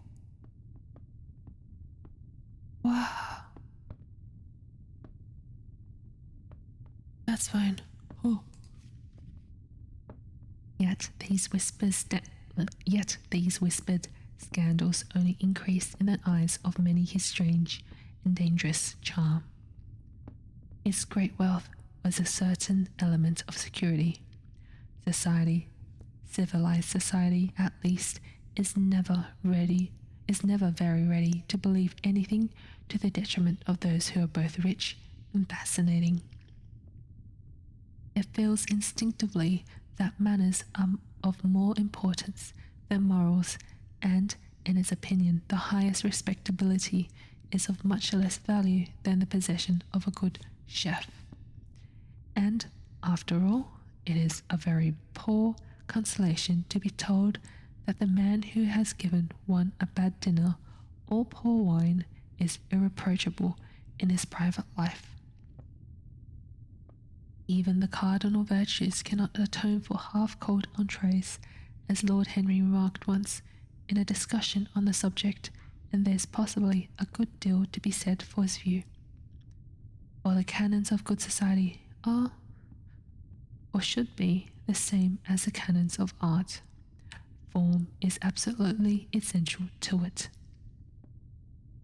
It should have the dignity of a ceremony as well as its unreality, and should combine the insincere character of a romantic play with the wit and beauty that makes such plays delightful to us. Is insincerity such a terrible thing? I think not. It is merely a method by which we can multiply our personalities. Such, at any rate, was Dorian Gray's opinion. He used to wonder at the shallow psychology of those who conceived the ego in man as a simple, permanent, reliable, and of one essence. To him, man was a being with myriad lives and myriad sensations, a complex multiform creature that bore within itself strange legacies of thought and passion, and whose very flesh was tainted with the monstrous melodies of the dead. He loved to stroll through the gaunt, cold picture gallery of his country house and look at the various portraits of those whose blood flowed in his veins. There was Philip Herbert, described by Francis Osborne in his memoirs on the reigns of Queen Elizabeth and King James, as one who was caressed by the court for his handsome face, which kept him not long company. Was it young Herbert's life that he sometimes led Had some strange poisonous germ crept from body to body till it had reached his own? Was it some dim sense of that ruined grace that had made him so suddenly and almost without cause give utterance in Basil Hallward's studio to the mad prayer that had so changed his life?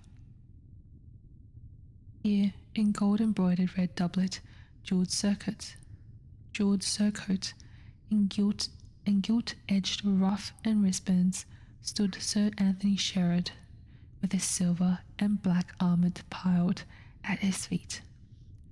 What had this man's legacy been? Had the lover of Giovanna of Naples bequeathed him some inheritance of sin and shame?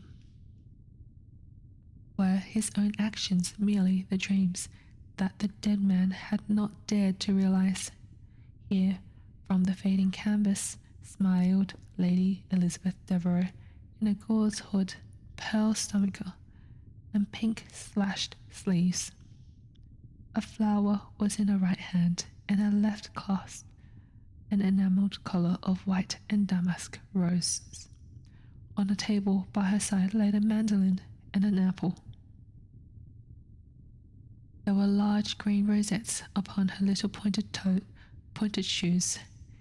He knew her life, and the strange stories that were told about her lovers. Had he something of her temperament in him? These oval, heavy-lidded eyes seemed to look curiously at him. What of George Willoughby, with his powdered hair and fantastic patches? How evil he looked! The face was saturnine and swarthy, and the sensual lips seemed to be twisted with disdain. Delicate lace ruffles fell over the lean yellow hands that were so overladen with rings. He had been a macaroni of the 18th century and the friend in his youth of Lord Ferrars. What of the second Lord Beckenham, the companion of the Prince Regent in his wildest days, and one of the witnesses at the secret marriage with Mrs. Fitzherbert?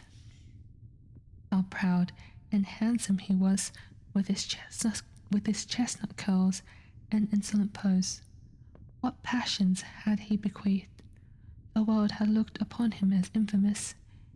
He had led the orgies at Carlton House.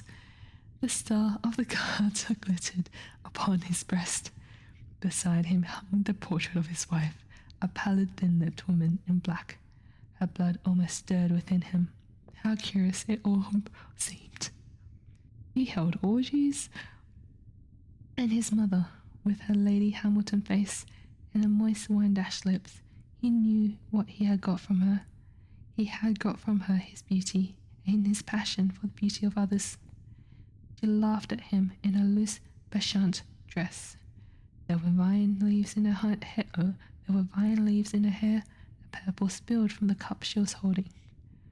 Carnations of the painting had withered, but the eyes were still wonderful in their depth and brilliancy of colour. They seemed to follow him wherever he went. Yet one had ancestors in literature as well as in one's own race, nearer perhaps in type and temperament, many of them, and certainly with an influence of which one was more absolutely conscious. There were times where it appeared to Dorian Gray that the whole history was merely the record of his own life. Not as he had lived it in act and circumstance, but as his imagination had created it for him, as it had been in his brain and in his passions. He felt that he had known them all, those strange, terrible figures that had passed across the stage of the world and made sin so marvelous and evil so full of subtlety. It seemed to him that in some mysterious way their lives had been his own. Bro, what is this? This is long. Okay, the hero of the wonderful novel that had so influenced his life had himself known his curious fancy. In the 7th chapter he tells how, crowned with laurel lest lightning might strike him he had sat as Tiberius in a garden at Capri, reading the shameful books of Elephantis, while dwarves and peacocks strutted around him, and the flute player mocked the swinger of the censer, and as Caligula had caroused with the green-shirted jockeys in the stables and supped in an ivory manger with a jewel front-lettered horse, and as Domitian had wandered through a corridor lined with marbled mirrors, looking round with haggard eyes for the reflection of the dagger that was to end his days, and sick with that ennui, that terrible tedium vitae that comes on to those whom life denies nothing, and had peered through a clear emerald at the red shambles of the circus, and then, in a litter of pearl and purple drawn by silver-shod mules, had carried through the streets of pomegranates to a house of gold, and heard men cry on Nero Caesar as he passed by, and as Elagabalus had painted his face with colours, and plied the distaff among the women, and brought the moon from Carthage, and given her in mystic marriage to the sun. Thanks for following our shadow. Over and over again, Dorian used to read this fantastic chapter and the 2 chapters immediately following, in which, as in some curious tapestries or cunningly wrought enamels, were pictured the awful and beautiful forms of those whom vice and blood and weariness had made monstrous or mad. Filippo, Duke of Milan, who slew his wife and painted her lips with a scarlet poison, that her lover might suck death from the dead thing he fondled. Ew, ew. Pietro Barbi, the Venetian, known as Paul II, who sought in his vanity to assume the title of Formosus, and whose tiara, valued at 200,000 florins, was bought at the price of a terrible sin. Gian Maria Visconti, who used hounds to chase living men, and whose murdered body was covered with roses by a harlot who had loved him. The Borgia on his white horse, with fratricide riding beside him, and his mantle stained with the blood of Perotto.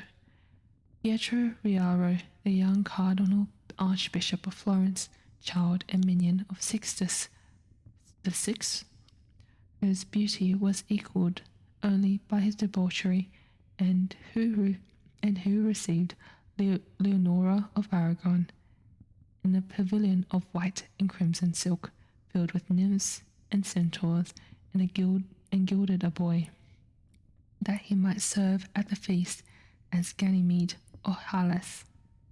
Ezeline, whose melancholy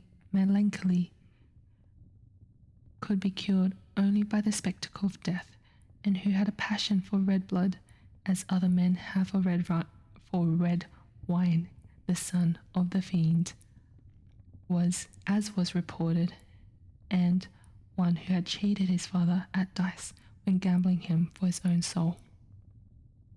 And Battista Cibo, who in mockery took the name of innocent, and into whose torpid veins the blood of 3 lads was infused by a Jewish doctor, Sigismondo Malatesta, the lover of Isotta, and the lord of Rimini, whose effigy was burned at Rome as an enemy of God and man, who strangled Polysena with a napkin and gave poison to Ginevra d'Este in a cup of emerald, and in honour of a shameful passion built a pagan church for Christian worship.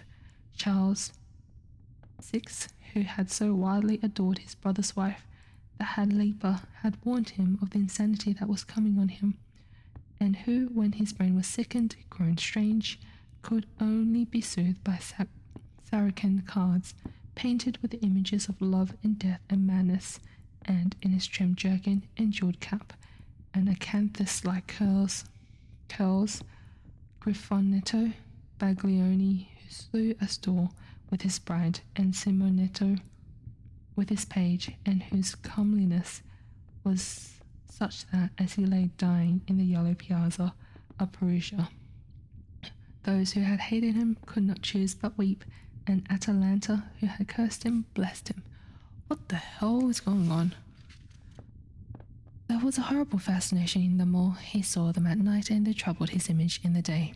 The Renaissance knew of strange manners of poisoning by a helmet and a lighted torch, by an embroidered glove and a jeweled fan, by a gilded pomander, and by an amber chain. Dorian Gray had been poisoned by a book. There were moments when he looked on evil simply as a mode through which he could realize his conception of the beautiful. Wow, that was 11. Wow, that was long. Oh, long because I struggled to read it. But dang. Crazy. I apologize to those that followed during that struggle.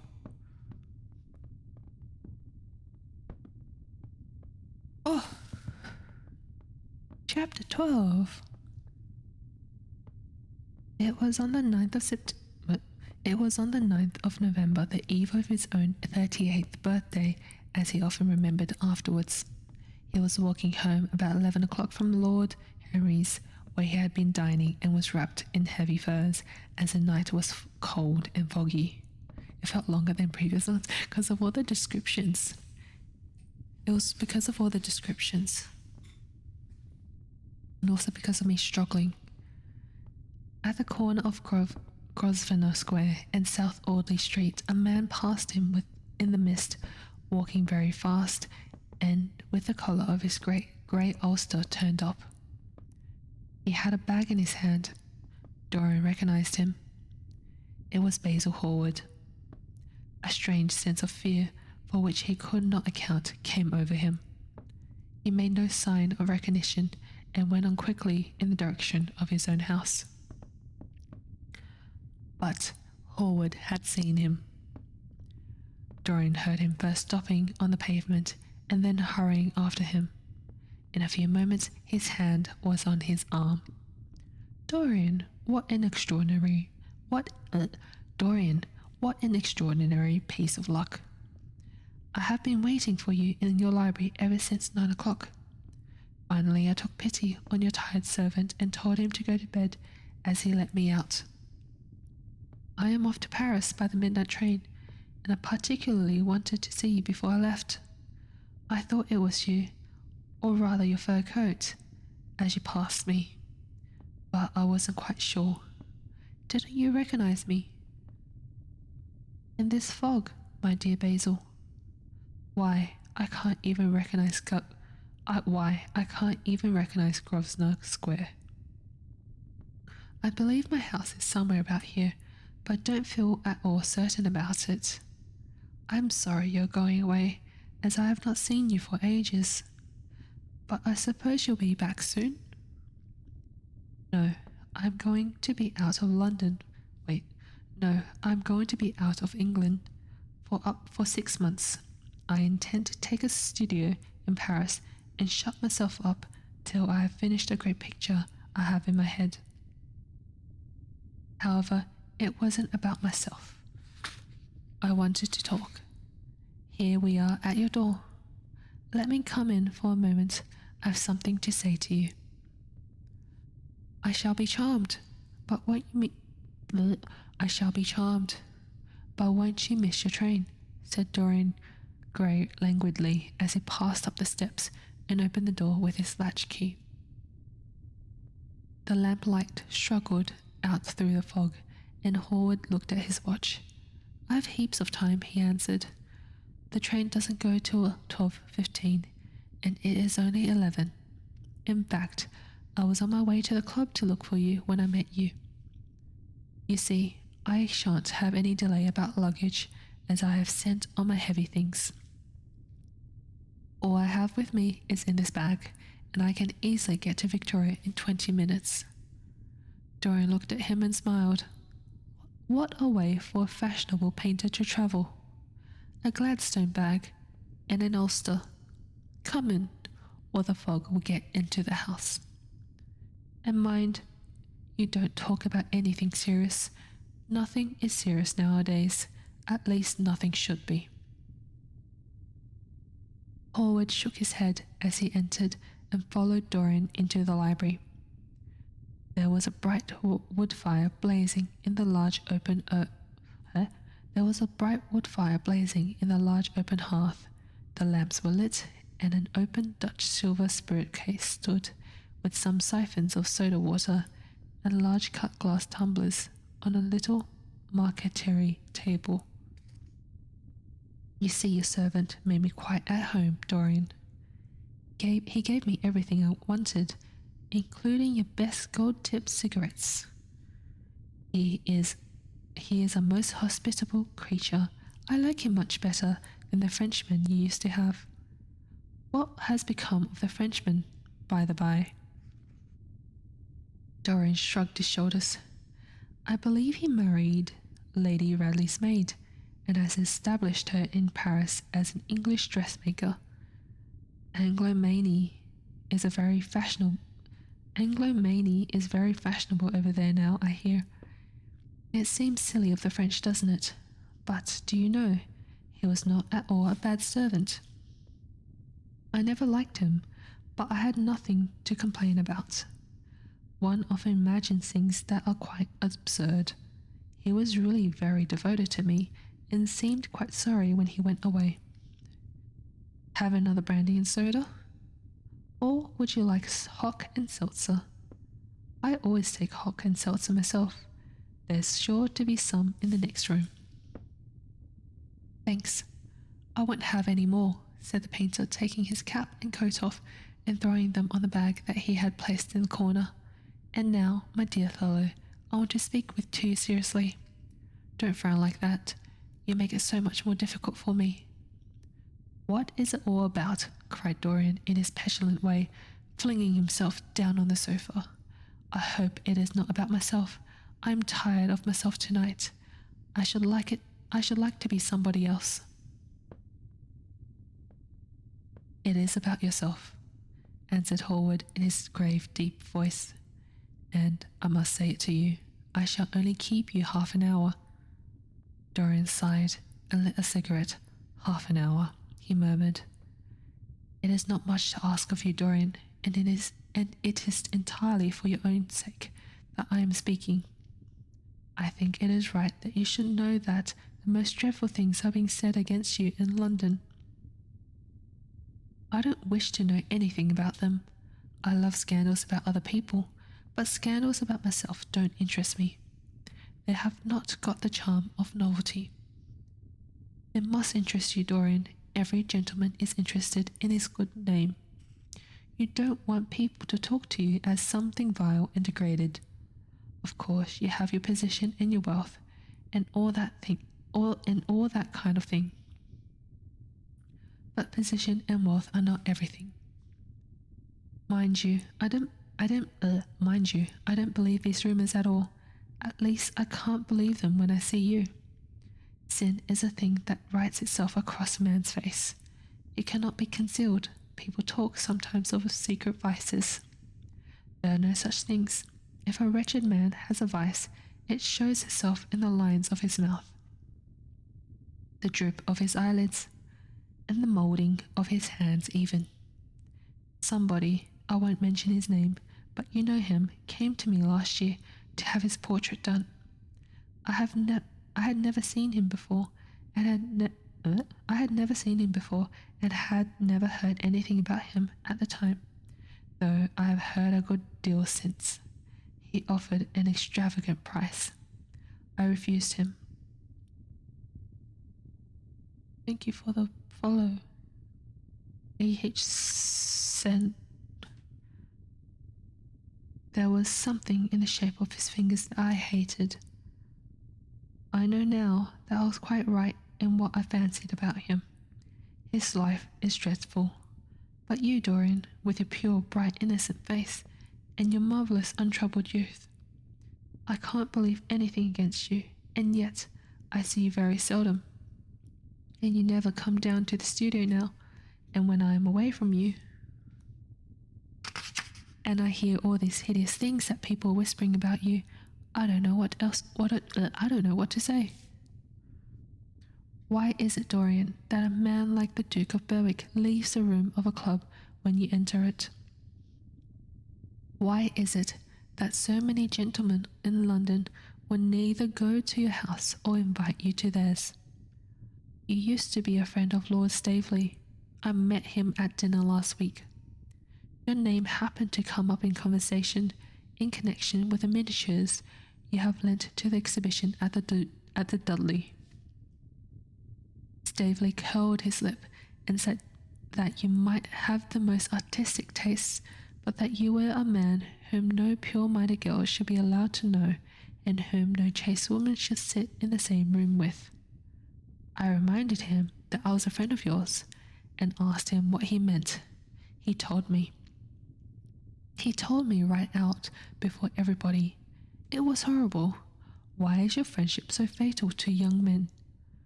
There was that wretched boy in the Guards who committed suicide. You were his great friend. There was Sir Henry Ashton, who had to leave England with a tarnished name. You and he were inseparable. What about Adrian Singleton and his dreadful end? What about Lord Kent's only son and his career? I met his father yesterday at St. James Street. He seemed broken with shame and sorrow. What about the young Duke of Perth? What sort of life has he got now? What gentleman would associate with him? Stop, Basil. You are talking about things of which you know nothing, said Dorian Gray, biting his lip, and with a note of infinite contempt in his voice. You ask me why Berwick leaves a room when I enter it. It is because I know everything about his life, not because he knows anything about mine. With such blood as he has in his veins, how could his record be clean? You ask me about Henry Ashton and young Perth. Did I teach the one his vices and the other his debauchery? If Kent's silly son takes his wife from the streets, what is that to me? If Adrian Singleton writes his friend's name across a bill, am I his keeper?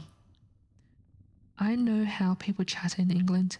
Their middle classes air their moral prejudices over the gross dinner tables and whisper about what they call the profligacies of the betters in order to try and pretend that they are in smart society and on intimate terms with the people they slander. In this country, it is enough for a man to have distinction and brains for every common tongue to wag against him. And what sort of lives do these people, whose pose as being moral, lead themselves? My dear fellow, you forget that we are in the land of the hypocrite. Dorian, cried Hallward, that is not the question. England is bad enough, I know, and English society is all wrong. That is the reason why I want you to be fine, yet you have not been fine. One has a right to judge of a man by the effect he has over his friends. Yours seem to lose all sense of honour, of goodness, of purity. You have filled them with a madness for pleasure. They have gone down into the depths. You led them there. Yes, you led them there. And yet you can smile, as you are smiling now.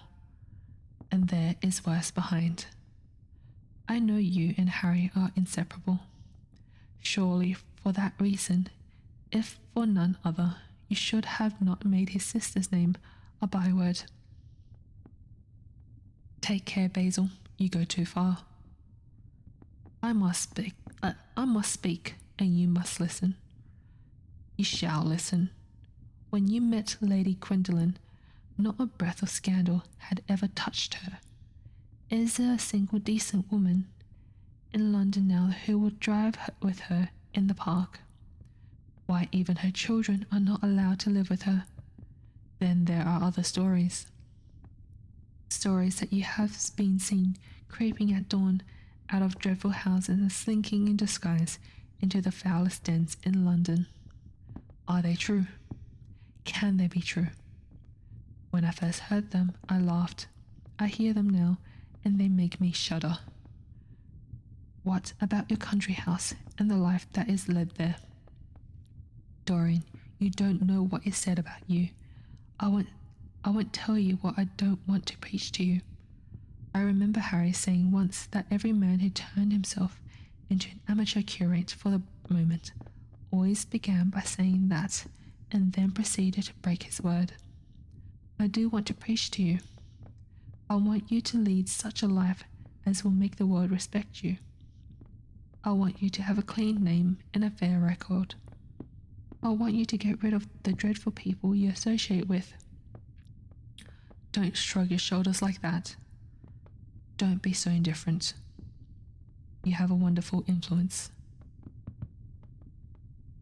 Let it be for good, not for evil. They say that you corrupt everyone with whom you become intimate, and that is quite sufficient for you to enter a house for shame of some kind to follow after. I don't know whether it is so or not. How should I know? But it is said of you, I am told things that it seems impossible to doubt. Lord Gloucester is one of my greatest friends at Oxford. He showed me a letter that his wife had written to him when she was dying alone in her villa at Mentone. Your name was implicated in the most terrible confession I ever read. I told him that it was absurd, that I knew you thoroughly, and that you were incapable of anything of the kind. Know you? I wonder, do I know you? Before I could answer that, I should have to see your soul. To see my soul, muttered Dorian Gray, starting up from the sofa and turning almost white from fear. Yes, answered Howard gravely, and with deep-toned sorrow in his voice, to see your soul, but only God can do that. A bitter laugh of mockery broke from the lips of the younger man. You shall see it yourself tonight, he cried, seizing a lamp from the table. Come, it is your own handiwork. Why shouldn't you look at it? You can tell the world all about it afterwards. If you choose, nobody would believe you. If they did believe you, they would like me all the better for it. I know the age better than you do, though you will prate about it so tediously. Come, I tell you, you have chatted enough about corruption. Now you shall look on it face to face. Oh, he's going to show him. There was a madness of pride in every word he uttered. He stamped his foot upon the ground in his boyish, insolent manner. He felt a terrible joy at the thought that someone else was to share his secret, and that the man who had painted the portrait that was the origin of all his shame was to be burdened for the rest of his life with the hideous memory of what he had done. Yes, he continued, coming closer to him and looking steadfastly into his stern eyes, I shall show you my soul. You shall see the thing that you fancy only God can see. Hallward started back. This is blasphemy, Dorian, he cried. You must not say things like that. They are horrible, and they don't mean anything. You think so? He laughed again. I know so. As for what I said to you tonight, I said it for your good. You know I have been always a staunch friend to you. Don't touch me. Finish what you have to say. A twisted flash of pain shot across the painter's face. He paused for a moment, and a wild feeling of pity came over him. After all, what right had he to pry into the life of Dorian Gray? If he had done a tithe of what was rumoured about him, how much he must have suffered. Then he straightened himself up and walked over to the fireplace and stood there, looking at the burning logs with their frost-like ashes and the throbbing cause of flame. Skylar, hello. Meow. Hello, MB Glover. Meow. Hello. Thank you for the raid. And thank you for the follow, MB Carrier Lover. Meow. And Loneliest Gamer. Oh. Oh, the thing worked. And Spencer, thank you for follow. Hello. Hello, welcome. Thank you for the raid. I hope your stream went well. I think you're doing ASMR, right? Don't worry, the abyss within me is under my control. Got it. Noted. Noted. Thanks for the follow, Ismet Gassy. Gassy, hey. 98, sorry. Sorry, I'm sorry.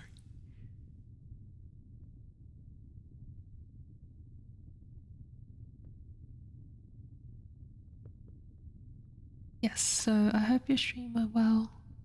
We're reading Dorian like we were last time. Hello. We're kind of reaching the end of the chapter that we want to finish at today, but we will also be doing Grimm's fairy tales afterwards. Maybe just one story, I think. Wait, is the patching one not working? Oh. Hang on. Did that not work? Hang on, I got you. Head pat. Head pat. Head pat. Why was it not working? Head pats.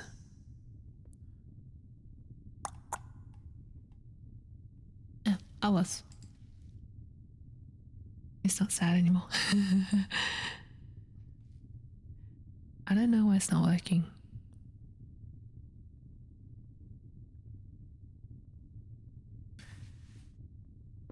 Oh.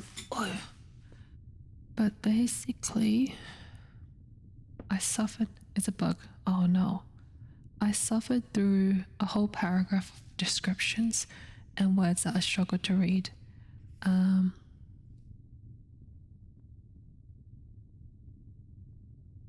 Yeah, and afterwards we'll do Grimm. And then we'll probably end there. My butt hurts. It's sort of hi, how are you? What? Why are you confused? It's probably a bug, maybe. I'll have to check. Oh, I know why. Wait, no I don't.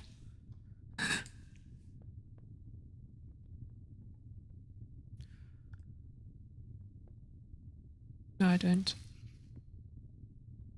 But yes, thank you for the raid. Please go rest if you need to. What was it doing? I am waiting, Basil, said the young man in a hard, clear voice. He turned round. What I have to say is this, he cried. You must give me some answer to these horrible charges that are made against you. If you tell me that they are absolutely untrue from beginning to end, I shall believe you. Deny them, Dorian. Deny them. Can't you see what I am going through? My God, don't tell me that you are bad and corrupt and shameful. Dorian Gray smiled. There was a curl of contempt in his lips. Come upstairs, Basil, he said quietly.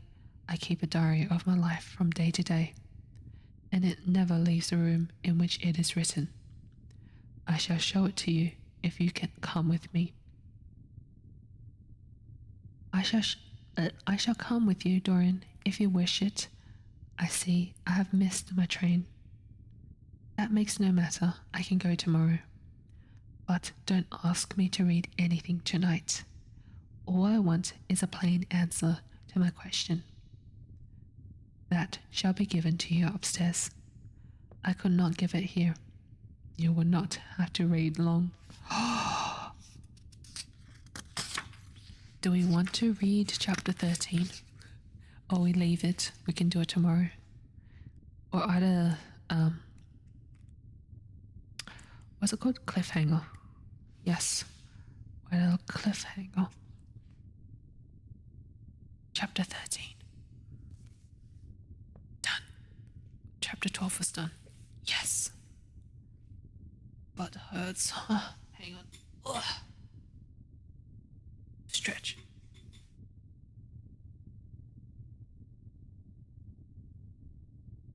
I have a big book now. Books. I have a big book. This one's hardcover.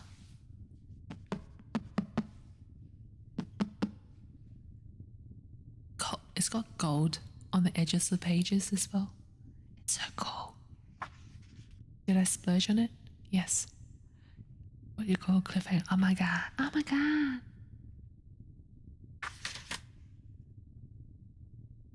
Yes, this book's quite big. The words are okay sized. How many pages? 700 something pages. Hardcover, yeah. Got gold on the edges as well. And many pages of content.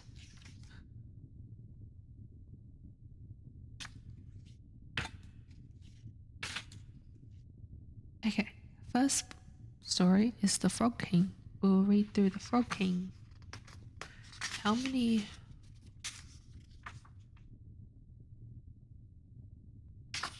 Okay, it's not long.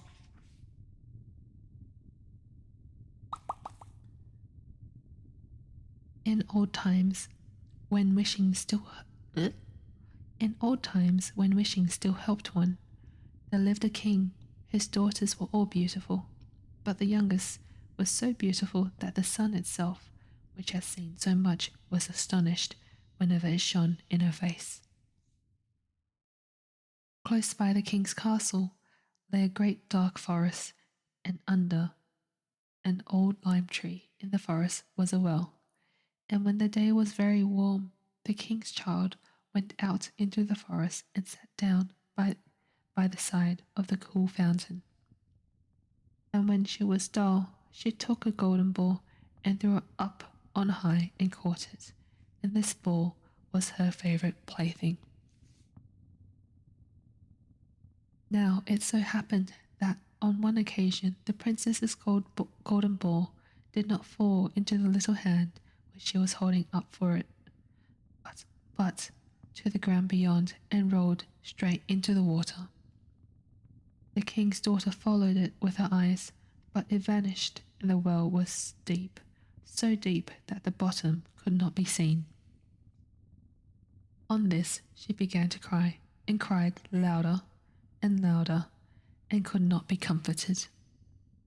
And as she thus lamented, someone said to her, "What ails thee, king's daughter? Thou weepest so that even a stone would show pity." She looked around to the side from whence the voice came, and saw a frog stretching forth its thick, ugly head from the water. "Ah, old water splasher, is it thou?" said she. "I am weeping for my golden ball, which has fallen into the well." "Be quiet and do not weep," answered the frog. "I can help thee, but what wilt thou give me if I bring thy plaything up again?" Thank you for the follow, Alex went boom. "Whatever thou wilt have, dear frog," said she. "My clothes, my pearls and jewels, and even the golden crown which I am wearing."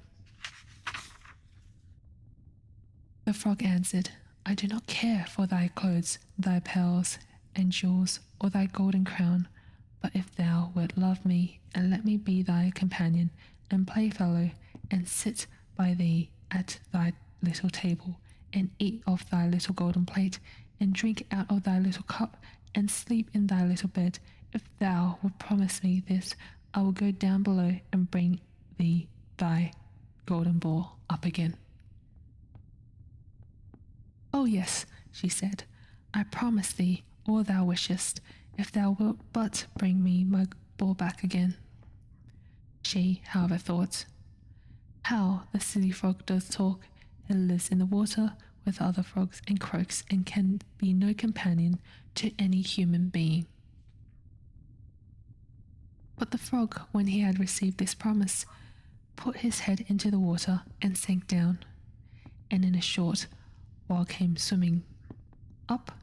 Wait, what? But the frog, when he had received this promise, put his head into the water and sank down, and in a short while came swimming up again with the ball in his mouth, and threw it on the grass. The king's daughter was delighted to see a pretty plaything once more, and picked it up and ran away with it. Wait, wait, said the frog, take me with thee. I can't run as thou canst. But what did it avail to him to scream his croak, croak, after her as loudly as he could? She did not listen to it, but ran home and soon forgot the poor frog, who was forced to go back into his well again. The next day, when she had seated herself at table with the king and all the The next day when she had seated herself at table with the king and all the courtiers and was eating from a little golden plate, something came creeping, splish, splash, splish, splash, up the marble staircase, and when it had got to the top, it knocked at the door and cried, Princess, youngest princess, open the door for me. She ran to see who was outside, and when she opened the door, there sat the frog in front of it. Then she slammed the door to, in great haste, sat down to dinner again, and was quite frightened. The king saw plainly that her heart was beating violently, and said, My child, what art thou so afraid of? Is there perchance a giant outside who wants to carry thee away? No, replied she. It is no giant, but a disgusting frog. What does a frog want with thee? Dear father, yesterday, as I was in the forest sitting by the well playing, my golden ball fell into the water. And because I cried so, the frog brought it out again for me. And because he insisted so on it, I promised him he should be my companion. But I never thought he would be able to come out of his water. And now he is outside there and wants to come in to me. In the meantime, it knocked a second time and cried, Princess, youngest princess, open the door for me. Dost thou not know what thou saidst to me yesterday by the cool waters of the fountain? Princess, youngest princess, open the door for me. Give or follow, melodic raptor. Then said the king, that which thou hast promised must thou perform. Go and let him in. She went and opened the door, and the frog hopped in, and followed her step by step to her chair, and there he sat and cried, Lift me up beside thee. She delayed until at last the king commanded her to do it. When the frog was once on the chair, he wanted to be on the table, and when he was on the table, he said, Now push thy little golden plate nearer to me, that we may eat together. She did this, but it was easy to see that she did not do it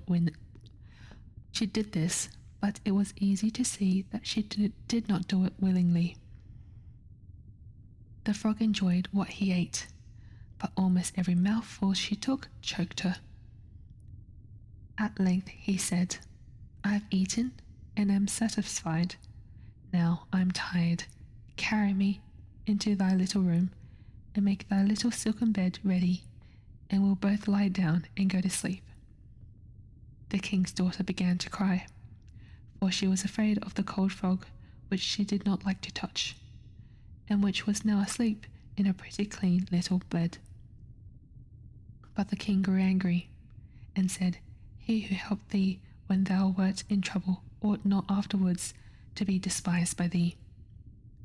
So she took hold of the frog with 2 fingers, carried him upstairs, and put him in a corner. But when she was in bed, he crept up to her. But when she was in bed, he crept to her and said, I am tired.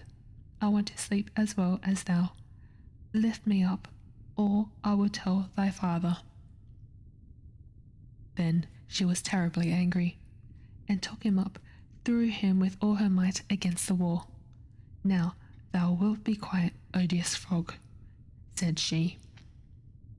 But when he fell down, he was no frog, but a king's son with beautiful kind eyes. He, by her father's will, was now her dear companion and husband. Then he told her how he had been bewitched by a wicked witch, and how no one could have delivered him from the well but herself, and that tomorrow they would go together into his kingdom.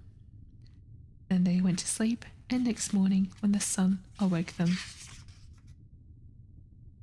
a carriage came driving up with 8 white horses, which had white ostrich feathers on their heads, and were harnessed with golden chains,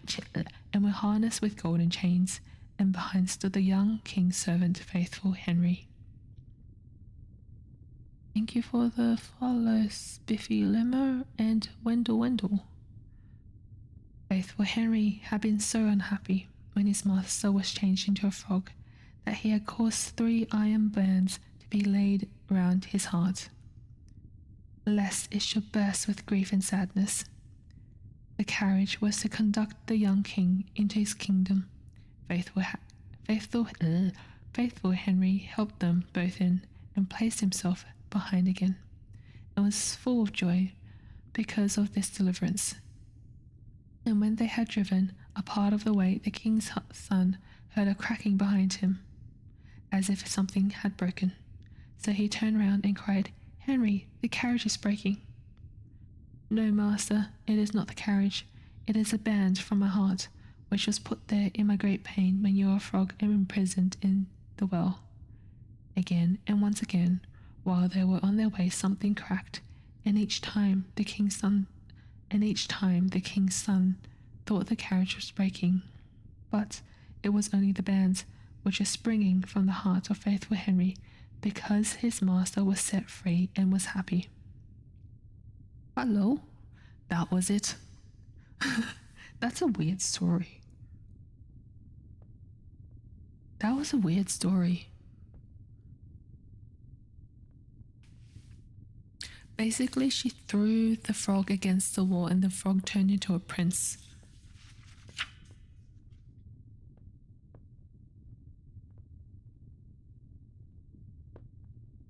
Hello, your boy. That was a weird story. So she threw him against the wall because she didn't want to sleep with a frog. And then the frog, after getting thrown against the wall, turned into a boy who was a king's son, so basically a prince. And then they were apparently supposed to get married. And then the prince's servant or someone tied bands around his heart because of heartache or something about his heart exploding. And then what? And then they were riding on the carriage and the bands were just snapping apart. What? Film stories tend to be strange. So many edits make them lose even the main plot. Yeah, this one I don't get it. I don't get it. I don't get it.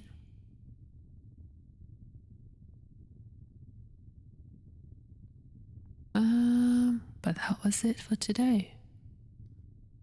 What are we in the mood for? Disney's fault. Yes, it is Disney's fault. Right now, the frog. Ah, there's a frog emote. Hello. Hello. Um, but yeah, I'm done for today. Yo, Vivi Vane. Hello, Persona. Persona?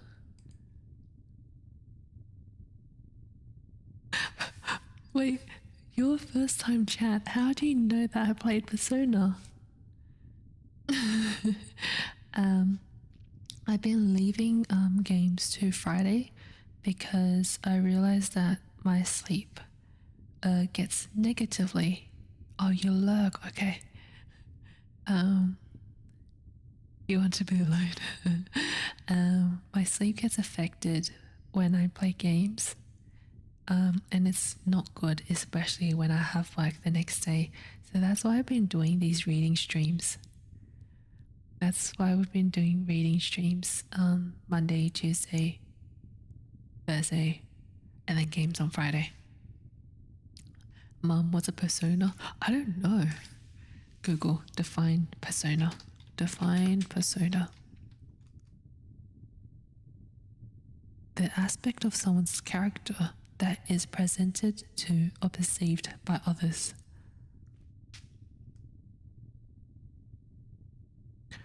So basically, how you present yourself. So as opposed to the true self. Oh.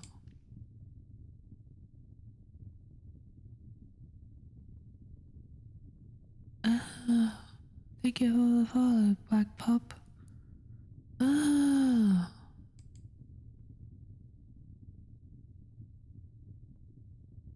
Oh, is this someone else doing reading? Wait, reading a bedtime story. Oh, oh, oh, I found someone to read. So visual imagery variant of oneself. I think we all have that. Yeah, we all have a persona. Persona. Yeah. Oh, that emote. Oh, yo. Do we have a preference? Do we want art or do we want ASMR as well? All we do is personas, yes. Calming tones, so it's relaxing. Thank you. Chan, chan, chan. Wait, what? Even with my confusion and even with me struggling. Okay, we're gonna rate someone who's also doing first time ASMR and they're reading a bedtime story. Yeah! Thank you for hanging out. I'll be live tomorrow. I'll be live tomorrow as well, reading as well. I think we're nearly done with Dorian Gray. That's a lot faster than I expected.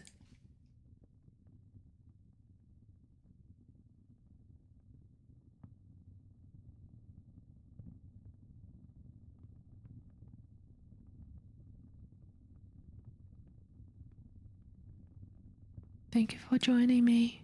Thank you for hanging out.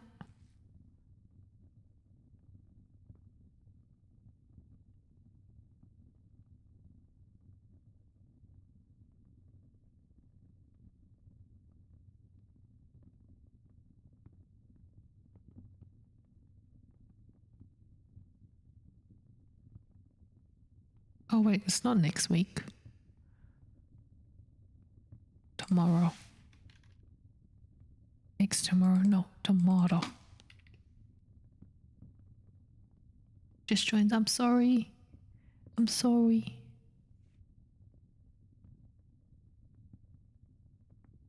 Oh, sorry. I'll be here tomorrow.